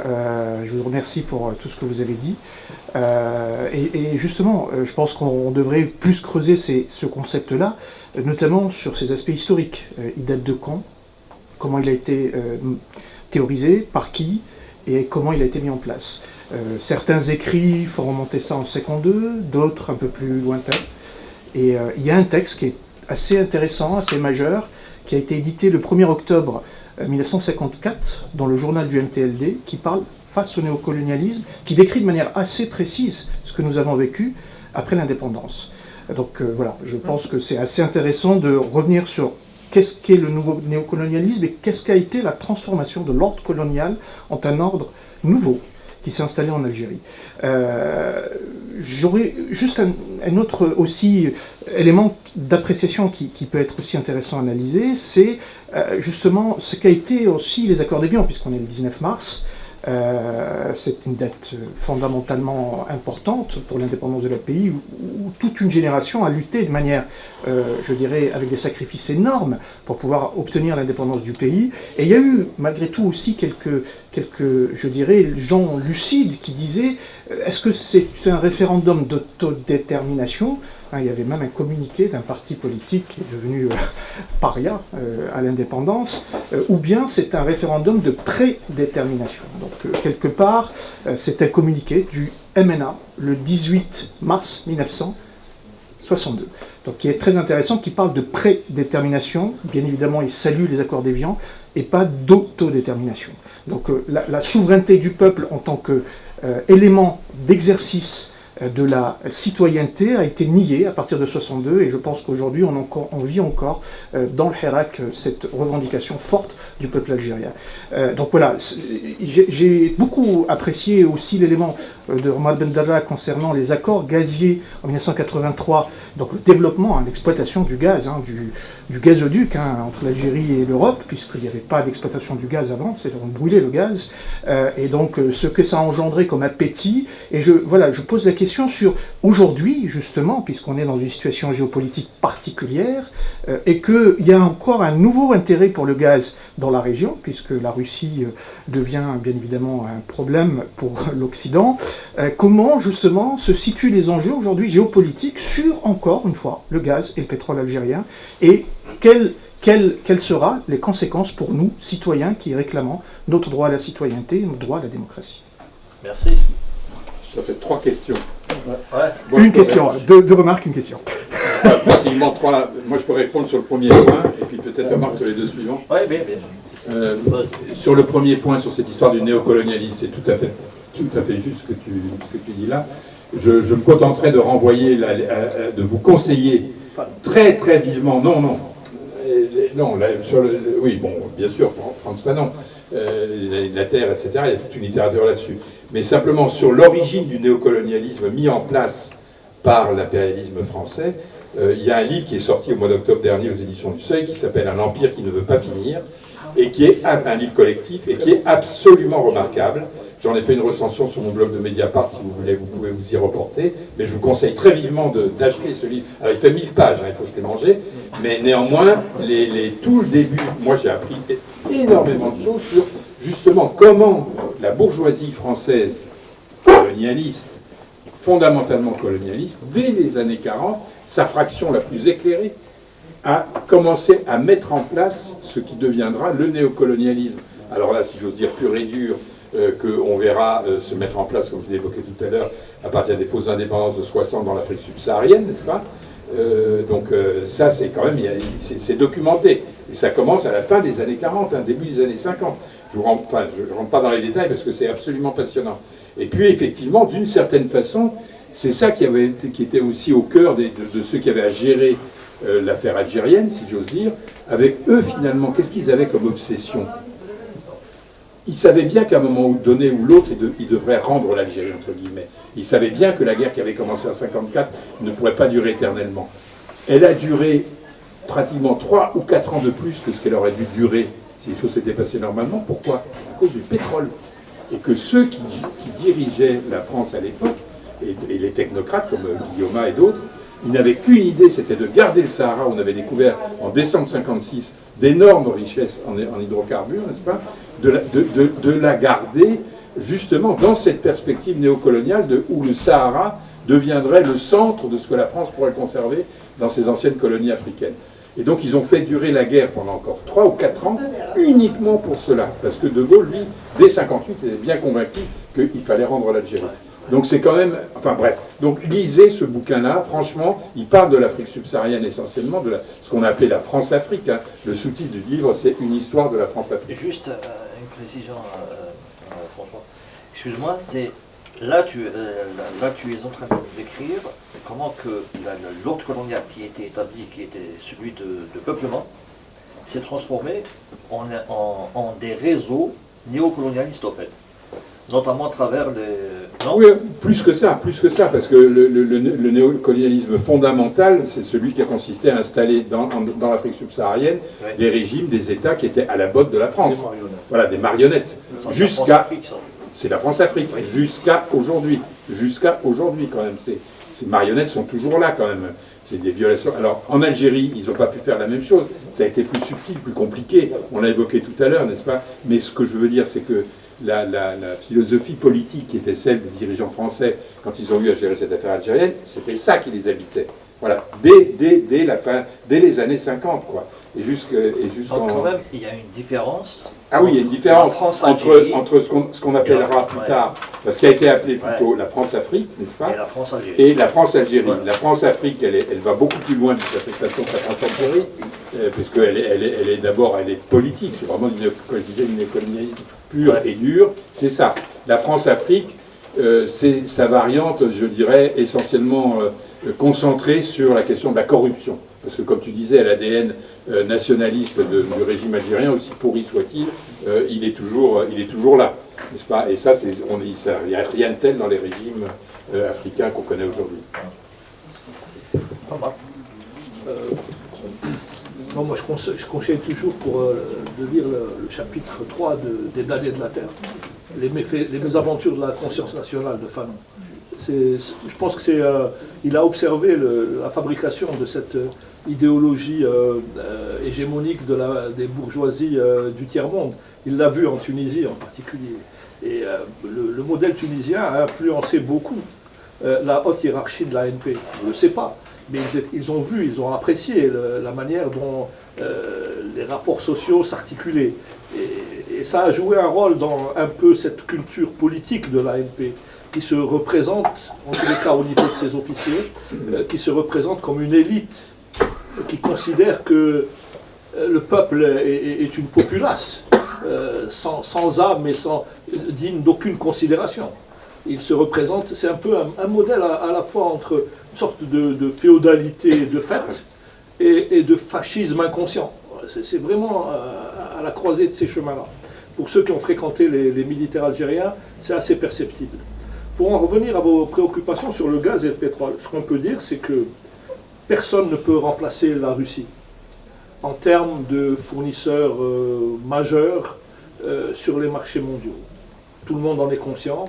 Ce qui se passe pour nous, Algériens, c'est que nos capacités extractives sont limitées. Je crois que nous avons atteint plus ou moins un plateau en termes d'exploitation de nos gisements de gaz et pétrole. Et c'est un plateau d'autant plus préoccupant que la croissance démographique de l'Algérie, étant ce qu'elle est, nous gagnons 1 million de citoyens par an. Hein, ce que je dis, c'est qu'entre 91 et aujourd'hui, la population algérienne a doublé. Et donc la consommation interne a aussi considérablement augmenté. Donc nous parvenons à satisfaire les contrats que nous avons signés. Je pense que nous avons une marge de quelques milliards de mètres cubes supplémentaires en termes de gaz. Hein. En termes de pétrole, ça m'étonnerait qu'on aille plus loin qu'1 million de barils du jour. Mais en termes de gaz, je dirais que nous pouvons, de manière ponctuelle, boucher quelques trous, combler quelques déficits, mais nous ne pouvons en aucun cas nous substituer ni à la Russie, ni au Qatar, ni à l'Iran, qui sont, eux, des producteurs majeurs.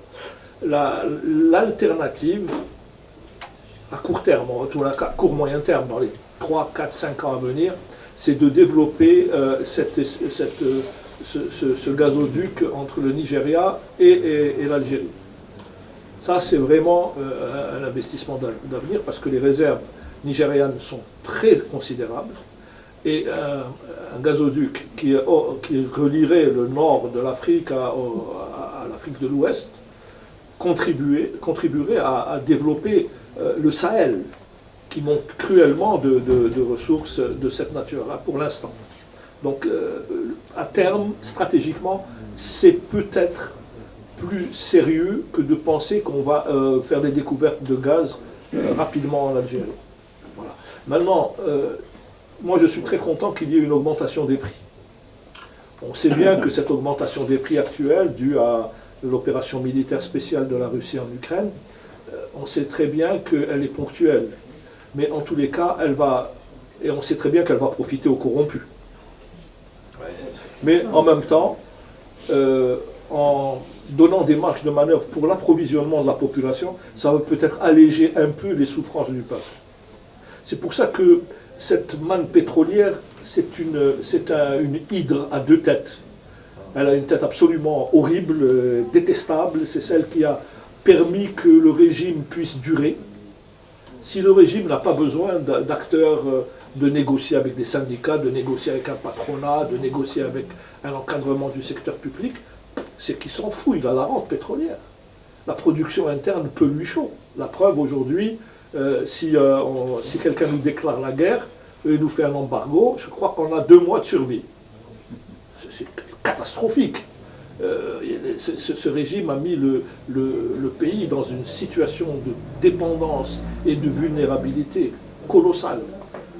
Et donc ça, si vous voulez, ça c'est vraiment le côté le plus obscur, le plus négatif de cette rente pétrolière. Mais il y a aussi le fait que sans cette rente pétrolière, comment pourrait-on répondre aux besoins fondamentaux de la population? Voilà, j'ai répondu, rajouté. Gaz de schiste, parce que c'est des criminels, ils peuvent y aller aux solutions faciles, à savoir l'exploitation du gaz de schiste. Ah bah oui, alors à ce moment-là, si le gaz de schiste, c'est vraiment c'est une préoccupation majeure. c'est un choix criminel. Ça consiste à saper de manière définitive les ressources stratégiques du pays, parce que où est-ce qu'on va trouver ce gaz de schiste? On va le trouver là où il y a la nappe phréatique fondamentale sous le désert algérien. Donc que va-t-on faire? On va polluer, au sens premier du terme, les ressources des générations futures. Mais je crois qu'ils sont capables de le faire. Ces gens-là, leurs familles sont là, leur argent est là, leurs propriétés sont là. Qu'est-ce qu'ils s'en foutent comme le disait le camarade Geste, qu'est-ce qu'ils s'en foutent des bougnoules, des picots, etc., dont ils sont originaires eux-mêmes. Hein. Parce qu'il faut savoir que cette pseudo-aristocratie, c'est une aristocratie de voyous de la lie de la société algérienne. Et c'est ça qui est particulièrement intéressant. Hein? Je ne sais pas. Tu as utilisé un terme une fois, l'énergie. Oui, l'énergie, c'est l'énergie, c'est une aristocratie de mafieuse. Voilà. Ouais. Je te remercie, Ahmad, pour... Il y a d'autres questions. D'autres intervenants. Je pense que... Vous le dites.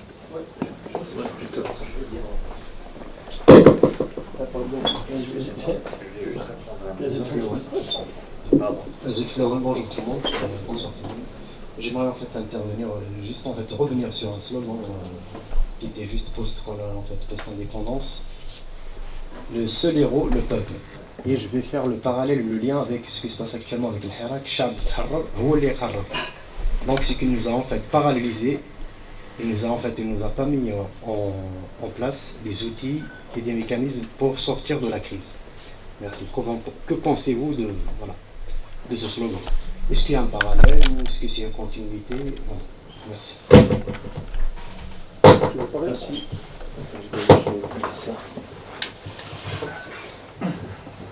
C'est bon. D'autres intervenants? D'autres personnes voudraient prendre la parole?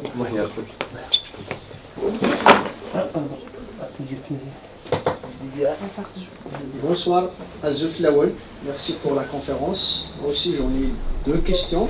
La première, concernant le néocolonialisme que la France continue d'observer en Afrique notamment. Nous connaissons tous les coups d'État fomentés par la France pour porter à la tête des pays des dirigeants qui lui sont qui préservent les intérêts de la France. Nous savons qu'il y a 15 pays qui n'ont même pas la souveraineté monétaire, le franc CFA. Nous savons aussi le rôle de l'OTAN, néfaste dans la destruction de l'Irak, de l'Afghanistan, du Yémen, du Mali, du Centrafrique. Et aussi, si on peut faire, la Libye aussi, si on peut faire le parallèle par rapport à la guerre en Ukraine et l'escalade de la violence, qu'est-ce que les peuples peuvent faire face à cela? Comment les peuples d'Afrique, notamment, peuvent se libérer et recouvrer véritablement leur souveraineté afin de décider eux-mêmes, d'instaurer des démocraties véritables qui préservent à la fois leur institution, leur armée et leur richesse. Qu'est-ce qu'on peut-on faire individuellement et collectivement? Merci. Merci. D'autres intervenants? N'hésitez pas. Surtout parce que on n'avait pas le choix. Peut-être que ça me vient pas. C'était puis écrire quelque chose. Non, pas tout de suite. Sinon, on vous laisse. Donc sinon, moi je voudrais poser une petite question rapide sur le documentaire préparé par France 2 où on voyait en fait des partisans en fait de la guerre totale. Ali Haroun parlait en fait de la révolution algérienne et d'autres, parce qu'il y avait même un militaire qui disait dans le documentaire on attendait l'arrivée de Boumediene et de Ben Bella. C'est quand même incroyable. Donc Juste pour te répondre, je ne regarde jamais la télévision française et n'écoute jamais la radio française depuis le 11 septembre 2001. Même s'il faisait un documentaire sur ma mère, je ne regarderais pas. C'est quand même une chaîne publique en fait. Oui, la chaîne publique, privée, etc. C'est de la vulgaire propagande de bas étage. Franchement, perdre son temps à écouter des gens pareils, c'est vraiment, il vaut mieux lire un livre, faire de la peinture ou de la musique, plutôt que d'écouter. C'est absolument fou. Vous avez bien vu la propagande à laquelle ils se livrent depuis c'est honteux. Comment peut-on regarder, écouter ces gens-là? Ça n'a pas. Je trouve que c'est extraordinaire. Je trouve que le peuple français est admirable. Supporter de tels médias, il faut être masochiste. Avec la TVA. Payer en plus la redevance. C'est vrai.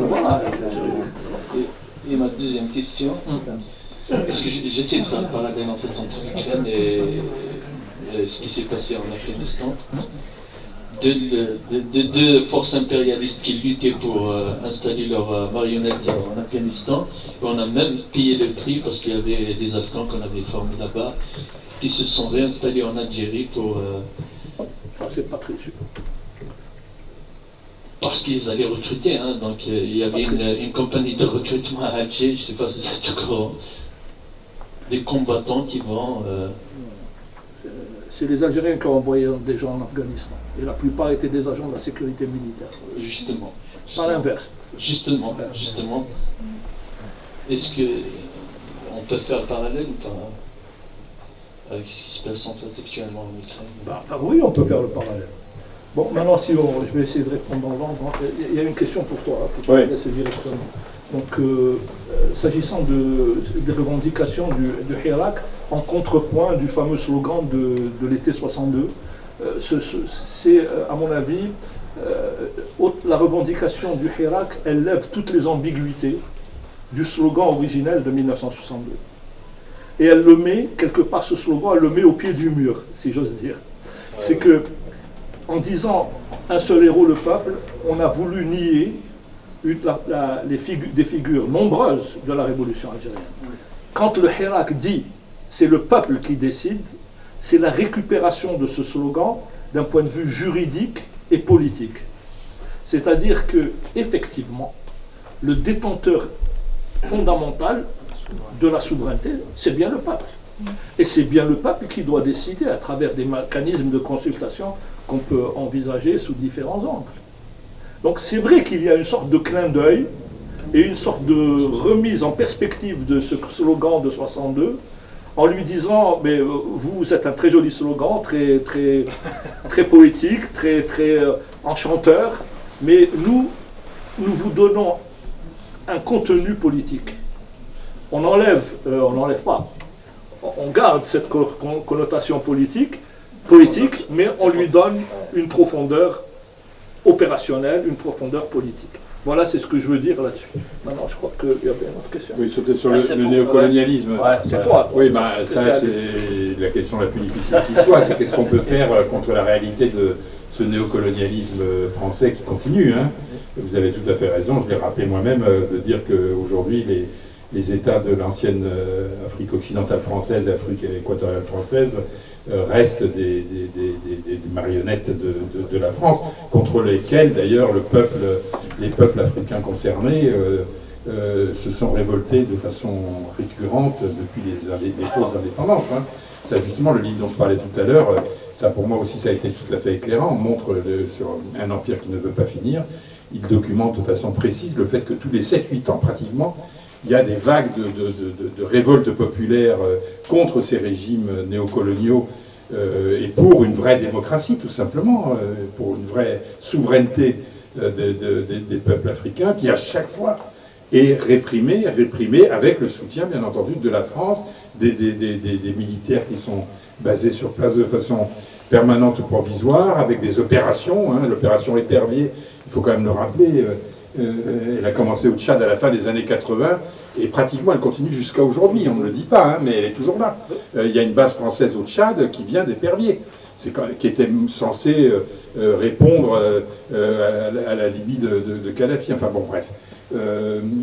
Donc les peuples africains, eux, ils se révoltent. Alors, pour eux, c'est beaucoup plus difficile, si j'ose dire, que le peuple algérien, d'une certaine façon, qui a su se révolter avec le Irak contre ce régime lui-même néocolonial, on peut dire. Pourquoi c'est plus difficile? Parce que ils n'ont pas connu, sauf le Cameroun, en effet, qu'on évoquait tout à l'heure, mais ils n'ont pas connu de lutte de libération. L'indépendance leur a été, entre guillemets, octroyée, et c'était une fausse indépendance. S'agissant du Cameroun, là, il y a une vraie lutte de libération, mais malheureusement, elle a été perdue. Le peuple camerounais a été écrasé de façon absolument abominable. Et jusqu'à aujourd'hui, quand on pense que Paul Biya, c'est le successeur de Ahidjo, qui a été mis en place à l'indépendance. Il y a eu 2 dictateurs dans ce malheureux pays depuis 1960. C'est insensé. Et il continue à se faire réélire, lui aussi, comme le voulait le faire Bouteflika, il a 83 ou... Enfin bon, peu importe. Mais donc tout ce que nous pouvons faire, qu'est-ce que nous pouvons faire, nous, en France? Simplement, comme nous sommes quelques-uns à essayer de le faire, dire la vérité sur ce néocolonialisme, et le dire... Moi personnellement, j'en suis un militant de la lutte anticolonialiste depuis longtemps. J'avais publié, je me souviens, mais pour vous dire, en 77 ou 78, j'avais coordonné un livre aux éditions Maspero qui s'appelait L'impérialisme français, du CEDETIM, le centre d'études anti-impérialistes, qui existe toujours aujourd'hui, de Swallowé. Donc on est quelques... Mais malheureusement, bon, on peut dire que ce qu'on écrivait là il y a en 77, donc ça ne nous rajeunit pas, malheureusement est toujours en place aujourd'hui. Je me souviens, sur la couverture, on avait mis des Mirages à l'époque, et ben maintenant c'est des Jaguars et des Rafales, mais ils sont toujours présents, ils continuent à massacrer les Africains, hein. C'est impressionnant. Et donc là-dessus, c'est vrai, il faut bien le dire, le reconnaître, c'est que nous sommes ultra minoritaires, ceux qui dénonçons le colonialisme, l'impérialisme français et le néocolonialisme français d'aujourd'hui, mais tout ce qu'on peut faire, c'est continuer dans cette direction-là. Et effectivement, faire des solidarités, comme ce que nous essayons de faire au CEDETIM, je veux dire, qui est maintenant rue de Voltaire, où il y a des dizaines de comités de soutien aux luttes de libération dans le monde, aux luttes anti-impérialistes, de soutien aux luttes des travailleurs immigrés en France même. Cette coalescence, en quelque sorte, des luttes de solidarité est sans doute la seule chose qui est à notre portée, que nous pouvons faire, et qui, malgré tout, porte ses fruits, quoi. La tradition de ces luttes-là se transmet d'une génération à l'autre, et moi je suis heureux de voir que dans les jeunes générations, aujourd'hui, l'internationalisme et l'internationalisation trouvent des nouvelles formes, des nouveaux traits qui n'existaient pas auparavant, mais qui s'inspirent très très très directement de ces luttes de libération. Tu citais Fanon tout à l'heure, à juste titre, c'est-à-dire moi je peux en témoigner, j'ai dirigé une maison d'édition, La Découverte, qui a pris la suite de Maspero, qui avait publié, c'était parmi les premiers livres de la maison, l'enceinte de la révolution algérienne en 59, c'était un des premiers livres de la maison, et puis ensuite il y a des années de la terre de Frantz Fanon. Pendant toutes les années 70 et 80, pratiquement ces livres-là avaient disparu de la circulation en France. Enfin, en tout cas, les années 80, c'était tout à fait manifeste. Et depuis les années 90, et surtout depuis les années 2000, les jeunes générations découvrent Fanon. Et maintenant, Fanon n'a jamais été aussi reconnu et célébré pour ce qu'il disait. Et ce qu'il disait, là-dessus, tu as raison de citer ce fameux chapitre des damnés sur les bourgeoisies compradors, enfin les bourgeoisies locales qui font le jeu du néocolonialisme. Parce que aujourd'hui, c'est quand même, moi, c'est très très très très encourageant le fait que beaucoup de jeunes maintenant lisent cette littérature-là, et pas seulement en France, hein, dans le monde entier. Je ne vous dis pas, le succès de Fanon vraiment dans tous les pays, dans le monde anglo-saxon en particulier, montre qu'il y a une conscience anti-impérialiste qui est nouvelle, qui prend des formes différentes de celles qui avaient été celles des luttes de libération, des années 50 et 60, mais qui n'a rien à leur envier et qui est plutôt porteuse d'espoir. Voilà. Je réponds à ta question sur l'Ukraine. Oui. Bon, s'agissant de l'Ukraine, là, on est nous, Algériens, nous sommes souvent sommés de donner une position sur l'Ukraine. À chaque fois, en nous disant presque, pourquoi vous ne condamnez pas la Russie? me rappelle ce qu'avait fait Nelson Mandela un jour, que dans un débat aux États-Unis, un journaliste ou un activiste lui avait dit « Mais pourquoi vous êtes copain avec le Kadhafi, avec Yasser Arafat, etc. » Et la réponse de Mandela, moi je l'avais trouvé extraordinaire, il dit « Mais il y a des analystes qui sont convaincus que leurs ennemis doivent être nos ennemis. Vous avez vos ennemis, nous avons les nôtres. Pourquoi voulez-vous que moi je vienne accepter vos ennemis ?» sur un plan plus général, tu as rappelé très justement, le frère là-bas aussi qui avait rappelé, ce qu'ont fait les gens de l'OTAN dans le monde arabe. Hein, moi, j'ai commencé à parler du 19 mars 2003. Les Américains ont tué plus d'1 million d'Irakiens. Les Français, les Anglais, les Américains ont tué une trentaine ou une quarantaine de milliers de Libyens. On ne sait pas très bien, mais il y en a eu beaucoup. Ces gens, aujourd'hui, se drapent dans un droit international qu'ils foulent aux pieds pour nous dire allez critiquer la Russie parce que c'est un État impérialiste qui agresse la petite Ukraine. Bon. Ce narratif est absolument insultant. C'est une insulte à l'intelligence. Penser que la guerre ou l'opération militaire spéciale russe a commencé le 24 février, c'est se fourvoyer et tromper tout le monde. La crise ukrainienne, elle existe depuis 2014. Elle a fait des dizaines de milliers de morts. Personne ne s'est intéressé, n'en parlait. Et un jour, il nomme un comique comme président de la République à la suite d'un énième putsch, qui dit « Je vais rejoindre l'OTAN et je vais me doter de la bombe atomique » à 5 minutes de missiles de Moscou. Il ne faut pas prendre les gens pour des fous. C'est tout. Moi, je pense que le malheureux peuple ukrainien a été froidement, cyniquement instrumentalisé pour piéger la Russie dans une guerre qu'on espère la plus longue possible. C'est pour ça que vous voyez, plutôt que d'essayer de calmer les esprits, d'essayer de faire revenir les gens à la raison, on envoie des armes. Et on encourage des militants d'extrême droite à aller se faire tuer là-bas. Donc il y a la volonté délibérée de créer un foyer de guerre pour affaiblir la Russie. Mais on croit, nous, ça nous concerne. Nous ne sommes pas concernés par... la seule chose, s'agissant de l'armée ukrainienne, et je le dis devant tout le monde, je suis très content que l'armée ukrainienne se fasse démonter. Parce que l'armée ukrainienne, en avril 2004, a commis des massacres contre la population irakienne au sud de Bagdad, dans la ville d'El-Hot. Il ne faut pas oublier que ces gens qui viennent aujourd'hui appeler notre solidarité ont été parmi les premiers à aller tuer de l'arabe. À tuer de l'arabe, c'est-à-dire que c'était vraiment un motif exprimé de la sorte. Donc, face à ça, nous, on sait que le droit international, ça n'existe que pour légitimer les plus forts, que ça ne sert à rien de s'indigner sans comprendre, que mon indignation, moi j'en ai pas beaucoup de l'indignation, j'en ai très peu, je la réserve au peuple palestinien, je la réserve au peuple irakien, et je la réserve au peuple yéménite, que ces gens arment, ces gens arment leurs ennemis depuis maintenant 2 ou 3 ans. Ça fait 3 ans qu'ils leur envoient. Les chars Leclerc français sont les chars des Émirats qui sont en train d'écraser le peuple le plus pauvre de la planète. Il ne faut quand même pas nous prendre maintenant en otage et nous dire il faut condamner la Russie parce qu'ils ont attaqué la petite Ukraine. Ce n'est pas notre problème. D'autres questions? C'est juste que, voilà, je te remercie Arma puis François pour répondre. Là, ce que tu dis Arma nous rappelle quand même l'esprit du non-alignement de Bandung. Voilà. Et j'aimerais que vous nous parliez un petit peu de Bandung justement. Et puis, ça nous rappelle la nécessité de développer des solidarités populaires, notamment en Afrique du Nord, aller dans la perspective de construction d'une confédération nord-africaine des peuples, le remembrement culturel de l'espace méditerranéen, qu'appelait de ses voeux Mohamed Darkoun, par exemple.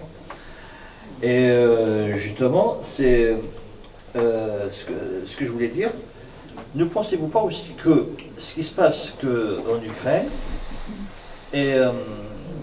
est un indice d'une recomposition géopolitique entre deux mondes qui s'affrontent en fait. C'est clair. Voilà, la question vous est posée tous les deux. Je vais répondre pour le non-alignement et puis je passe la parole très rapidement. Le non-alignement, on en a parlé avant de cette conférence, toi et moi. Ça fait partie de notre essence politique. On a parlé un peu des déterminants du génome politique algérien. Le non-alignement en fait partie incontestablement.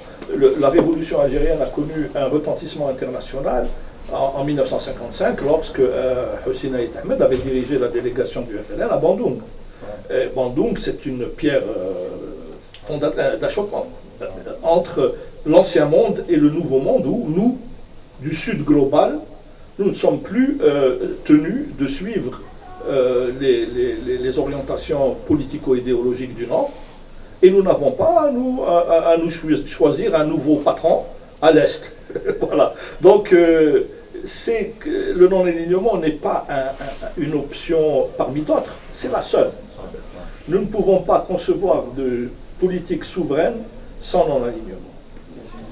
Ouais, moi j'irais exactement dans le même sens, parce que si on revient à Bandung 55, d'une certaine façon, c'était l'émergence sur la scène internationale des peuples qui luttaient pour leur libération. C'était d'abord ça, avant même de s'inscrire par rapport à telle ou telle superpuissance, comme on commençait à dire à l'époque, qu'il s'agisse des États-Unis d'Amérique ou de l'Union soviétique.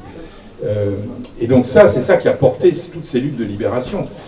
Mais ce qu'il ne faut pas oublier non plus, c'est que d'une certaine façon, certaines ont triomphé, c'est le cas de la révolution algérienne, avec toutes les nuances et les difficultés qu'on a pu évoquer ce soir, mais ce n'est pas la seule, hein. Il y a eu d'autres révolutions qui ont triomphé, je pense notamment contre les colonies portugaises en Afrique. On ne va pas refaire toute l'histoire de cette période-là, mais ce qu'il ne faut pas oublier non plus, c'est que d'une certaine façon, la réaction de l'impérialisme nord-américain, états-unien, a été d'une telle violence qu'il a écrasé l'esprit de Bandung. Et qu'après Bandung, il y a eu un événement qui a été effacé de l'histoire, qui est la tricontinentale. La tricontinentale, c'était la suite directe de la mobilisation de Bandung. Comme le nom l'indique, il s'agissait que les mouvements de libération et d'autonomie des trois continents, Afrique, Asie, Amérique du Sud, conjoignent leurs forces, ce qui avait été fait sous l'égide de Mehdi Ben Barka, qui était quand même le grand le leader, architecte en quelque sorte de cette révolution, de cette mobilisation internationale. Mais il faut savoir, moi j'ai publié un énorme livre que je vous conseille aussi de lire, je vous conseille des lectures, qui s'appelle La Tricontinentale, justement Tricontinentale, qu'a écrit un journaliste remarquable qui s'appelle Roger Pelligo, où il montre que les Américains, dès le début, dès l'apparition de la Tricontinentale au début des années 60, disons, a mis en place une force spéciale, la fameuse force 104, pour la détruire. Et ils ont systématiquement engagé à la CIA pour assassiner les leaders nationalistes, indépendantistes qui étaient impliqués dans la tricontinentale, pour infiltrer, pour manipuler, etc., etc. Et ils ont réussi. Et ils ont réussi, malheureusement, il faut bien le dire. C'est que quand j'ai publié ce livre il y a maintenant une dizaine d'années, et que je disais aux gens, voilà, lisez ça parce que c'est un moment d'histoire absolument fondamental et qui nous parle pour aujourd'hui, les gens me disaient, la trilatérale? La tricontinentale avait été effacée de l'histoire. Alors maintenant, effectivement, aujourd'hui, d'une certaine façon, pour répondre directement à ta question sur la recomposition du paysage, oui, on peut parler de ça, mais sauf que, bon, comment dire, comme tu disais, Omar, pour les peuples qui ont encore besoin de se libérer du néocolonialisme, il ne s'agit pas de s'inféoder à l'un ou à l'autre. Des nouvelles superpuissances. Moi, personnellement, je suis aussi en défiance vis-à-vis des États-Unis d'Amérique qui n'ont rien abandonné de leur tradition impérialiste et coloniale, comme c'est le cas de l'impérialisme français, que de la dictature soviétique, parce que c'est une véritable dictature qui ne peut absolument pas servir de guide ou de quoi que ce soit pour les peuples qui veulent se libérer dans ce qu'on appelait autrefois le tiers-monde. En revanche, ce qu'on voit, alors c'est surtout finalement en Afrique que ça se passe, il faut bien le reconnaître, parce qu'en Amérique latine, il y a des hauts et des bas, et la situation n'est pas brillante, parce que, bon, enfin bref, je ne vais pas refaire toute l'histoire, mais en Afrique, il y a des nouveaux appels ce qu'on appelait autrefois le panafricanisme, et qui se font aujourd'hui, viennent aujourd'hui de jeunes générations, et qui, je pense, sont complètement nouvelles par rapport à justement ce qui s'est passé depuis les indépendances, depuis les 60, depuis plus de 60 ans, disons maintenant. Il y a des espoirs là qui... Alors, il faut être très prudent, très vigilant, très à l'écoute, très attentif, parce que malgré tout, derrière ces mobilisations néo-panafricanistes, on peut dire, il y a aussi des tentatives d'infiltration, de manipulation, comme il y en a toujours eu, s'agissant des mouvements d'émancipation, disons. Mais néanmoins, il y a là des vraies forces qui se font jour. Donc tout ce qu'on peut recommander, c'est d'être particulièrement vigilant, attentif, à l'écoute. À l'écoute maintenant, Dieu soit loué, tu parlais des médias français dominants, mainstream, qu'on ne veut plus écouter, mais Dieu soit loué, il y a des médias alternatifs comme Off Investigation, dont on parlait tout à l'heure avec le documentaire que tu as cité, mais il y en a beaucoup d'autres qui font du très bon boulot et que je vous recommande de lire. Alors c'est beaucoup des sites en ligne, hein, mais pas seulement. Donc on peut s'informer si on est suffisamment, si on fait attention pour trier le bon grain d'ivresse, les fake news de la vérité, mais on peut y arriver, mais il faut travailler. Et pour s'engager justement dans ces nouveaux espoirs de libération, il faut travailler, il faut se mobiliser, ça ne va pas se faire tout seul. Merci beaucoup. Je vous conseille de consulter le site Al Jazeera Watch. C'est un site très informé, très documenté. Il y a des contributions très pertinentes, très éclairantes, très instructives sur ce qui se passe en Algérie. C'est un site animé justement par mes amis Salim Amlah et Rafiq Al-Djaou, je pense, c'est ça? Oui. Voilà. Donc je vous conseille vivement Al Jazeera Watch sur le net. Ben, maintenant, je vous invite aussi à poser des questions. Madame, oui, allez-y. Bonjour à tous, à toutes. Je voulais juste poser la question à vous trois, Monsieur François, et à vous, c'est pareil. Pourquoi... D'accord, c'est pour les deux. D'accord. Justement, c'est sur la France. Pourquoi la France ne veut pas enseigner dans des écoles de ce qu'elle fait en Afrique du Nord, comme colonialisme, des tortures et tout ça? Pourquoi il n'enseigne pas dans des écoles? Et pourquoi il y a certaines choses qu'il enseigne dans les écoles sur le commerce triangulaire? Donc ça dans les écoles, il enseigne, parce que je suis dans l'enseignement comme AVS, dans des écoles, je vois comment il enseigne. Et pourquoi il parle de Christophe Colomb? Et pourtant, Christophe Colomb, il a fait des tortures, il a fait beaucoup de choses en Amérique, tout ça. Pourquoi il parle de ça?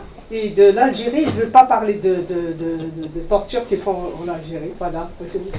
Mais j'essaie de dire pourquoi, c'est-à-dire tout simplement parce que entre la République française, qui est née en renversant la monarchie en 1780, à partir de 1789, et les monarchies, il ne faut pas oublier que tout le 19e siècle, quand même, il faut attendre pratiquement, à part la Deuxième République de 1848 qui a duré 2 ans, et qui a été écrasée dans le sang, il faut attendre 1871 pour que la République revienne. Le reste, ça a été les monarchies ou l'Empire, n'est-ce pas? Pendant toute cette période-là,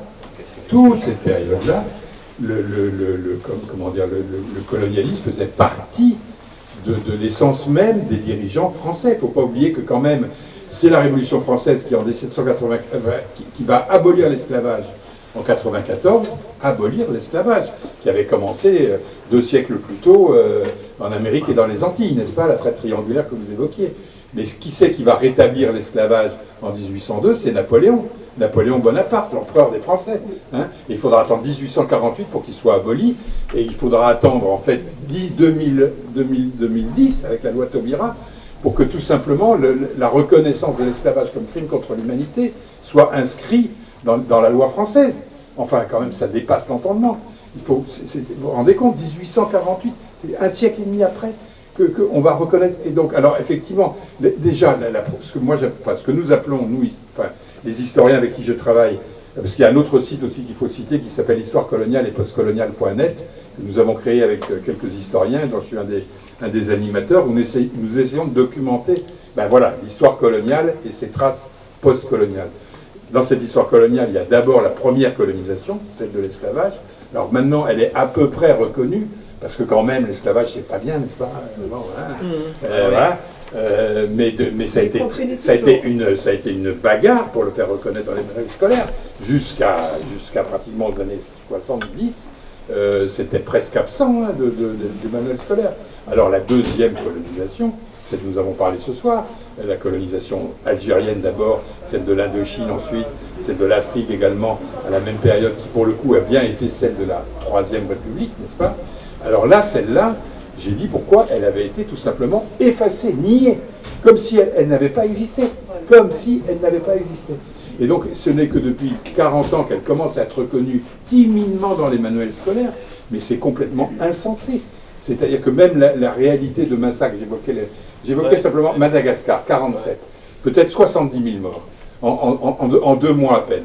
Une barbarie incroyable pour réprimer qui n'était même pas une révolte violente, hein, c'était simplement des nationalistes qui demandaient simplement de reconnaître les droits des indigènes, comme on disait à l'époque. Hein. 70 000 morts. Mais ça fait un encadré dans les manuels scolaires d'histoire, et encore pas dans tous. Hein. Donc ça, c'est une bagarre. Alors effectivement, là, par rapport à ma jeunesse, si j'ose dire, le progrès quand même qui a eu lieu, c'est que beaucoup de jeunes profs d'histoire géo d'aujourd'hui, eux, ils sont beaucoup plus formés que nous l'étions. Moi, quand j'avais 20-25 ans, je ne savais pas tout ce qu'on sait aujourd'hui. Et maintenant, il y a beaucoup plus de gens qui le savent. Beaucoup plus de profs d'histoire géo qui l'enseignent à leurs élèves.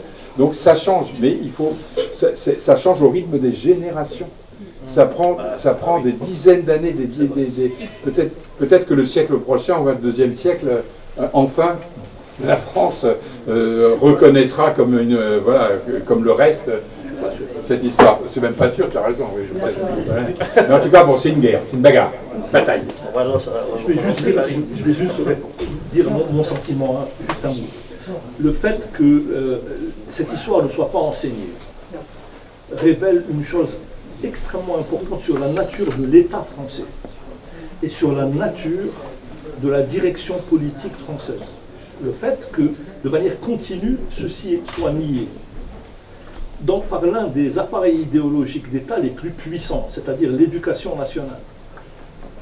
C'est un instrument de formatage des consciences, pour ne pas dire bourrage de crâne, un instrument de conditionnement politique de masse, et des enfants en particulier.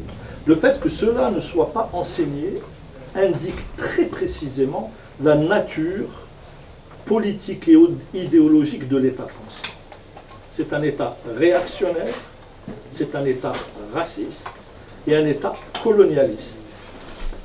Et cela reste profondément inscrit, comme on parlait tout à l'heure de l'ADN de la Révolution algérienne, ça reste inscrit dans l'ADN de la République française. Et cet ADN est protégé par une sorte de coque externe justifiée. C'est le discours de Jules Ferry sur la mission civilisatrice. 1885. Le colonialisme français n'est pas venu chez nous pour nous exploiter, pour nous tuer, pour nous voler, etc. Il est venu pour nous civiliser. Regardez la preuve, on est tous civilisés. Donc, donc, si vous voulez, il y a cette justification mensongère, mais qui a été distillée, qui a été instillée, qui a été propagée, qui a imprégné le corps social. Aujourd'hui, vous êtes dès que vous parlez de colonialisme dans l'Algérie à un Français moyen, vous dit on a fait des routes et des hôpitaux. Alors, il y en a un maman qui m'a dit on a fait des cinémas. Ou alors on dit il y a des mots de part et d'autre. Voilà, oui, mais ça c'est les gars. Oui, voilà. Donc il y a la mission civilisatrice. Si vous enlevez ça, vous ne comprenez rien du tout. Vous dites mais pourquoi ils sont bêtes ces gens-là? Ils ne sont pas bêtes. Ils savent très bien. Ils sont porteurs d'un message politique qui est celui de leur classe sociale. C'est la bourgeoisie colonialiste, sous-impérialiste française. Voilà. C'est celle qui bombarde la Libye, c'est celle qui intervient en Côte d'Ivoire, c'est celle qui a fait ce que le camarade François a raconté depuis tout à l'heure. C'est ça, c'est leur culture. Et leur culture est actuellement encore dominante dans les appareils politiques français. C'est la bourgeoisie française qui tient le programme de l'éducation historique. Merci. Et donc il y a du boulot. Voilà.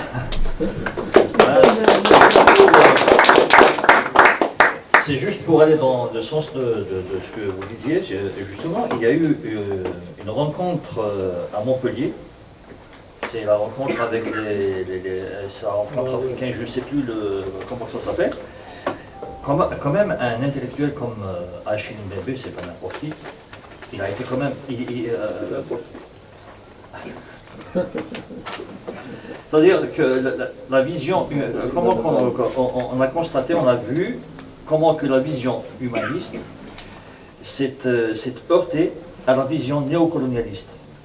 À tel point que, après les rencontres de Montpellier, africaines et tout ça, il y a eu une manifestation qui a été menée par des ONG, notamment Survie, et tout. Il y a eu des arrestations, ils ont été réprimés. Oui, voilà. Ça, c'est franchement, c'est un fait factuel qui démontre cet appareil, cette mentalité, cette idéologie et ces orientations politiques qui sont régnantes ici, voilà, en France. Voilà. Bon. Ben, je vous remercie d'avoir assisté à cette conférence. Je vous annonce, je remercie François et puis Omar pour leurs brillantes interventions. Je vous remercie tous. Avant de finir quand même, je tiens à saluer mon ami Bouala Mohamedesh. Il est discret, il ne se montre jamais, mais il fait beaucoup de choses dans le monde. Maintenant tu es grillé. Voilà. Donc je vous remercie d'avoir assisté à cette conférence. Je vous annonce juste que le rassemblement de demain de Libération d'Algérie aura lieu à la place de la Nation au lieu de République. Je réitère en nom de Libération d'Algérie, je te prends puisque elle a les pouvoirs. Je réitère en nom de Libération d'Algérie l'appel à la marche unitaire du 17 avril prochain. Et je vous dis, je vous souhaite une bonne soirée et je vous dis salam, salam, salam, Silmiya triomphera. D'accord.